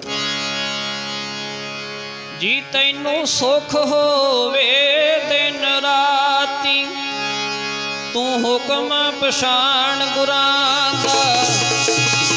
ਸੁਖ ਹੋਵੇ ਦਿਨ ਰਾਤੀ, ਹੁਕਮ ਪਛਾਣ ਗੁਰਾਂ ਦਾ। ਤੈਨੂੰ ਸੁਖ ਹੋਵੇ ਦਿਨ ਰਾਤੀ, ਹੁਕਮ ਪਛਾਣ ਗੁਰਾਂ ਦਾ। ਤੈਨੂੰ ਸੁਖ ਹੋਵੇ ਦਿਨ ਰਾਤੀ, ਹੁਕਮ ਪਛਾਣ ਗੁਰਾਂ ਦਾ। ਸੁਖ ਹੋਵੇ ਦਿਨ ਰਾਤੀ, ਹੁਕਮ ਪਛਾਣ ਗੁਰਾਂ ਦਾ। ਤੈਨੂੰ ਸੁਖ ਹੋਵੇ ਦਿਨ ਰਾਤੀ, ਹੁਕਮ ਪਛਾਣ ਗੁਰਾਂ ਦਾ। ਹੁਕਮ ਪਛਾਣ ਗੁਰਾਂ ਦਾ। ਬਾਣੀ ਕਹਿੰਦੀ ਹੁਕਮ ਪਛਾਣ ਗੁਰਾਂ ਦਾ। ਬਾਬਾ ਬਾਬਾ ਹੁਕਮ ਪਛਾਣ ਗੁਰਾਂ ਦਾ। ਬਾਣੀ ਕਹਿੰਦੀ ਹੁਕਮ ਪਛਾਣ ਗੁਰਾਂ ਦਾ। ਬਾਬਾ ਬਾਬਾ ਹੁਕਮ ਪਛਾਣ ਗੁਰਾਂ ਦਾ। ਬਾਣੀ ਕਹਿੰਦੀ ਹੁਕਮ ਪਛਾਣ ਗੁਰਾਂ ਦਾ। ਉਹ ਤੈਨੂੰ ਸੁਖ ਹੋਵੇ ਦਿਨ ਰਾਤੀ, ਹੁਕਮ ਪਛਾਣ ਗੁਰਾਂ। ਸੁਖ ਹੋਵੇ ਦਿਨ ਰਾਤੀ, ਹੁਕਮ ਪਛਾਣ ਗੁਰਾਂ ਦਾ। ਤੈਨੂੰ ਸੁਖ ਹੋਵੇ ਦਿਨ ਰਾਤੀ, ਹੁਕਮ ਪਛਾਣ ਗੁਰਾਂ ਦਾ। ਤੈਨੂੰ ਸੁਖ ਹੋਵੇ ਦਿਨ ਰਾਤੀ, ਹੁਕਮ ਪਛਾਣ ਗੁਰਾਂ ਦਾ। ਸੁਖ ਹੋਵੇ ਦਿਨ ਰਾਤੀ, ਹੁਕਮ ਪਛਾਣ ਗੁਰਾਂ ਦਾ। ਤੈਨੂੰ ਸੁਖ ਹੋਵੇ ਦਿਨ ਰਾਤੀ,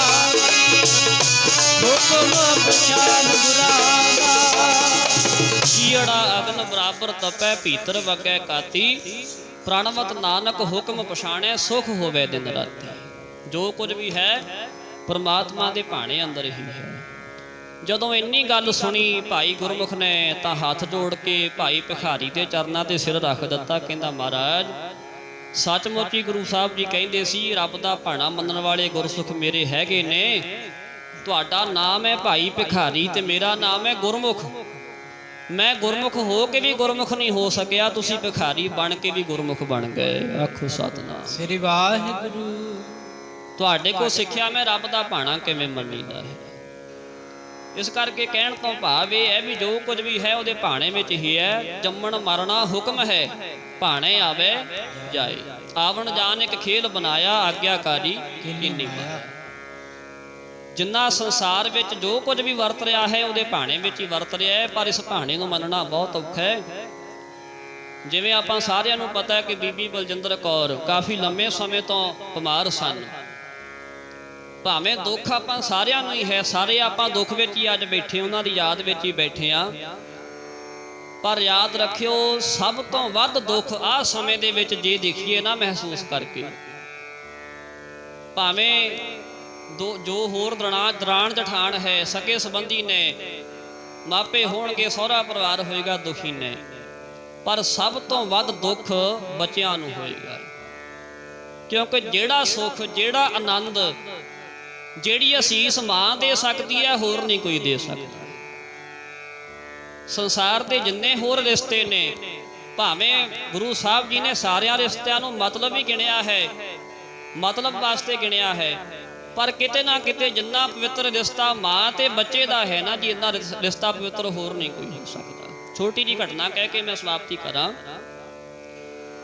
ਕੋਈ ਵਿਦਵਾਨ ਲੈਕਚਰ ਕਰਨ ਜਾਂਦਾ ਹੁੰਦਾ ਸੀ ਸਟੇਜਾਂ ਤੇ, ਲੋਕਾਂ ਨੇ ਬੁਲਾਉਣਾ, ਬਹੁਤ ਤਕੜਾ ਬੁਲਾਰਾ ਸੀ, ਬਹੁਤ ਸੋਹਣਾ ਬੋਲਦਾ ਸੀ, ਲੋਕਾਂ ਨੇ ਬੁਲਾਉਣਾ।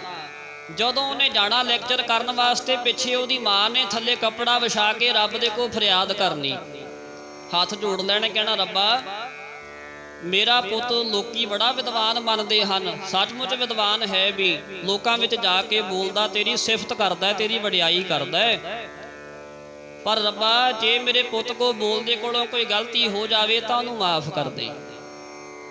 ਇਹ ਅਰਦਾਸ ਕਰਨੀ ਸਦਾ ਹੀ। ਅੱਛਾ ਚਲੋ, ਬੜੀ ਪ੍ਰਭਤਾ ਫੈਲੀ, ਬੜੀ ਵਡਿਆਈ ਹੋਈ, ਸਮਾਂ ਲੰਘਿਆ ਤੇ ਮਾਂ ਚੜ੍ਹਾਈ ਕਰ ਗਈ। ਜਦੋਂ ਮਾਂ ਚੜ੍ਹਾਈ ਕਰ ਗਈ ਤਾਂ ਉਹ ਜਿਹੜਾ ਬੰਦਾ ਵਿਦਵਾਨ ਲੋਕਾਂ 'ਚ ਲੈਕਚਰ ਦੇਣ ਜਾਂਦਾ ਸੀ, ਉਹ ਫੇਰ ਕਿਤੇ ਗਿਆ। ਜਦੋਂ ਲੈਕਚਰ ਦੇਣ ਲੱਗਾ ਨਾ ਜੀ, ਤੇ ਕਹਿੰਦੇ ਆਕਾਸ਼ ਵਿੱਚੋਂ ਆਵਾਜ਼ ਆਈ, ਆਕਾਸ਼ ਬਾਣੀ ਹੋਈ। ਕੀ ਆਵਾਜ਼ ਆਈ? ਕਹਿਣ ਲੱਗੇ ਭਲਿਆ ਮਾਨਸਾ, ਅੱਜ ਜੋ ਵੀ ਬੋਲਣਾ ਸੋਚ ਸਮਝ ਕੇ ਬੋਲੀ, ਪਿੱਛੇ ਮਾਂ ਨਹੀਂ ਬੈਠੀ ਫਰਿਆਦ ਕਰਨ ਵਾਲੀ। ਆਖੋ ਸਤਿਨਾਮ। ਸ੍ਰੀ ਵਾਹਿਗੁਰੂ। ਅੱਗੇ ਤੇਰੀ ਫਰਿਆਦ ਤੇਰੀ ਮਾਂ ਕਰਦੀ ਸੀ, ਰੱਬਾ ਮੇਰੇ ਪੁੱਤ ਕੋ ਕੋਈ ਗਲਤੀ ਹੋ ਜਾਵੇ, ਮੇਰੇ ਬੱਚੇ ਕੋਲੋਂ ਕੋਈ ਗਲਤੀ ਹੋ ਜਾਵੇ ਤਾਂ ਉਹਨੂੰ ਮਾਫ ਕਰ ਦੇਈਂ। ਹੁਣ ਪਿੱਛੇ ਮਾਂ ਨਹੀਂ ਬੈਠੀ ਫਰਿਆਦ ਕਰਨ ਵਾਲੀ, ਹੁਣ ਜੋ ਬੋਲਣਾ ਸੋਚ ਸਮਝ ਕੇ ਬੋਲੀ। ਇਸ ਕਰਕੇ ਜਿਹੜਾ ਜਿੰਨਾ ਰਿਸ਼ਤਾ ਪਵਿੱਤਰ ਮਾਂ ਤੇ ਬੱਚੇ ਦਾ ਹੈ, ਇੰਨਾ ਹੋਰ ਨਹੀਂ ਕੋਈ ਹੋ ਸਕਦਾ। ਲਓ ਪੜ੍ਹਿਓ ਆਖਰੀ ਧਾਰਨਾ, ਫਿਰ ਸਮਾਪਤੀ ਕਰੀਏ। ਸਾਰੀ ਸੰਗਤ ਬੜੇ ਟਿਕਾ ਨਾਲ, ਬੜੇ ਆਰਾਮ ਨਾਲ ਨਾਲ ਬੋਲਣ ਦੀ ਖੇਚਲ ਕਰਿਓ ਜੀ। ਸੁਖ ਮਾਂ ਦੀ ਗੋਦੀ ਦਾ, ਪਿਆਰਿਓ ਮਾਂ ਤੋਂ ਬਿਨਾ ਨਹੀਂ ਮਿਲਦਾ। ਮਾਂ ਦੀ ਗੋਦੀ ਦਾ, ਪਿਆਰਿਓ ਮਾਂ ਤੋਂ ਬਿਨਾ ਨਹੀਂ ਮਿਲਦਾ। ਸੁਖ ਮਾਂ ਦੀ ਗੋਦੀ ਦਾ, ਪਿਆਰਿਓ ਮਾਂ ਤੋਂ ਬਿਨਾ ਨਹੀਂ ਮਿਲਦਾ। ਸੁਖ ਮਾਂ ਦੀ ਗੋਦੀ ਦਾ, ਪਿਆਰਿਓ ਮਾਂ ਤੋਂ ਬਿਨਾ ਨਹੀਂ ਮਿਲਦਾ। ਸੁਖ ਮਾਂ ਦੀ ਗੋਦੀ ਦਾ, ਪਿਆਰਿਓ ਮਾਂ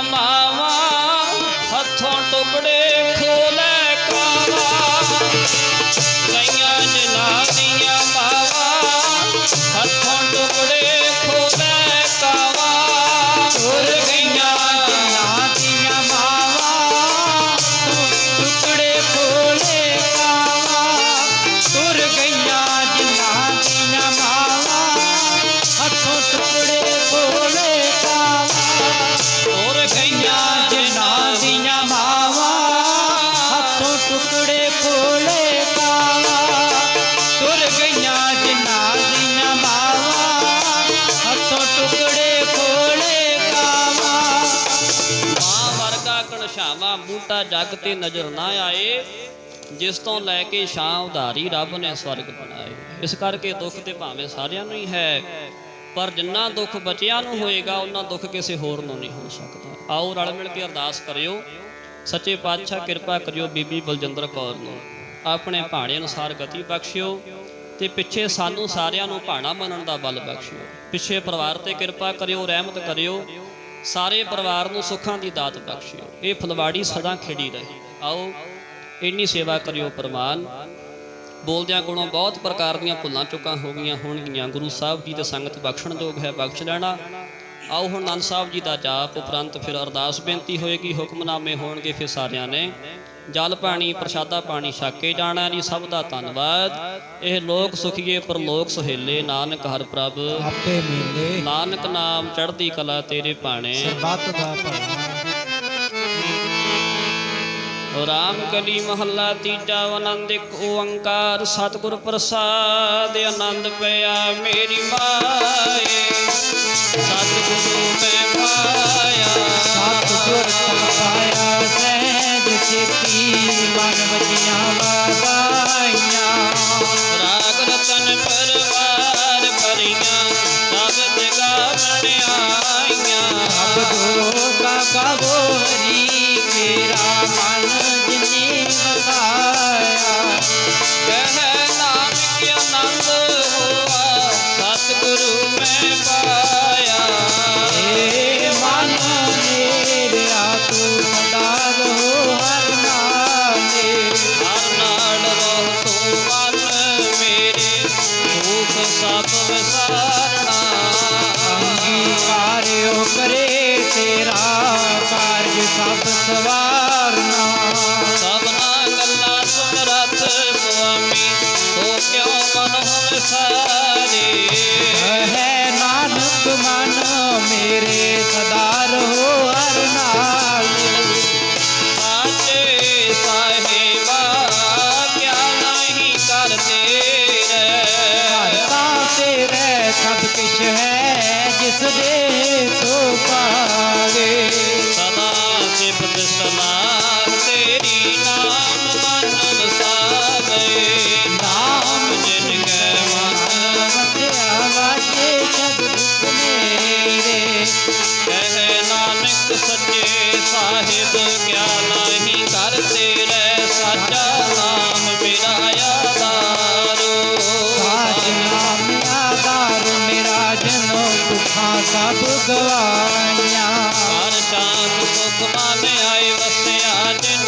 ਇੱਛਾ ਸਭ ਪੁਜਾਈਆਂ ਸਦਾ ਕੁਰਬਾਨ ਕੀਤਾ ਗੁਰ ਵਿਟੋ ਜਿਤਨੀਆਂ ਏ ਵਡਿਆਈਆਂ ਕਹਿ ਨਾਨਕ ਸੁਣੋ ਸੰਤੋ ਸ਼ਬਦ ਤਰੋ ਪਿਆਰੋ ਸਾਚਾ ਨਾਮ ਮੇਰਾ ਆਧਾਰੋ ਅੰਤ ਸ਼ਬਦ ਕਰ ਸੁਪਾਕੇ ਕਰ ਸੁਭਾਗੈ ਸ਼ਬਦ ਵਾਚੇ ਕਲਾ ਜਿਤ ਕਰ ਤਾਰੀਆ ਪੰਜ ਦੂਤ ਕ੍ਰੋਧ ਵਸ ਕੀਤੇ ਕਾਲ ਕੰਟਕ ਮਾਰਿਆ ਤੋਰ ਕਰਮ ਪਾਇਆ ਤੁਧ ਜਿਨ ਕਾਸੇ ਨਾਮ ਹਰ ਕੈ ਲਾਗੇ ਕਹੈ ਨਾਨਕ ਤੈ ਸੁਖ ਆਸਿਤ ਕਰ ਅਨਹਦ ਵਾਜੇ ਆਨੰਦ ਸੁਣੋ ਮੁਝ ਭਾਗੀ ਹੋ ਸਗਲ ਮਨੋਰਥ ਪੂਰੇ ਪਾਰ ਬ੍ਰਹਮ ਪ੍ਰਭ ਪਾਇਆ ਉਤਰੇ ਸਗਲ ਵਸੂਰੇ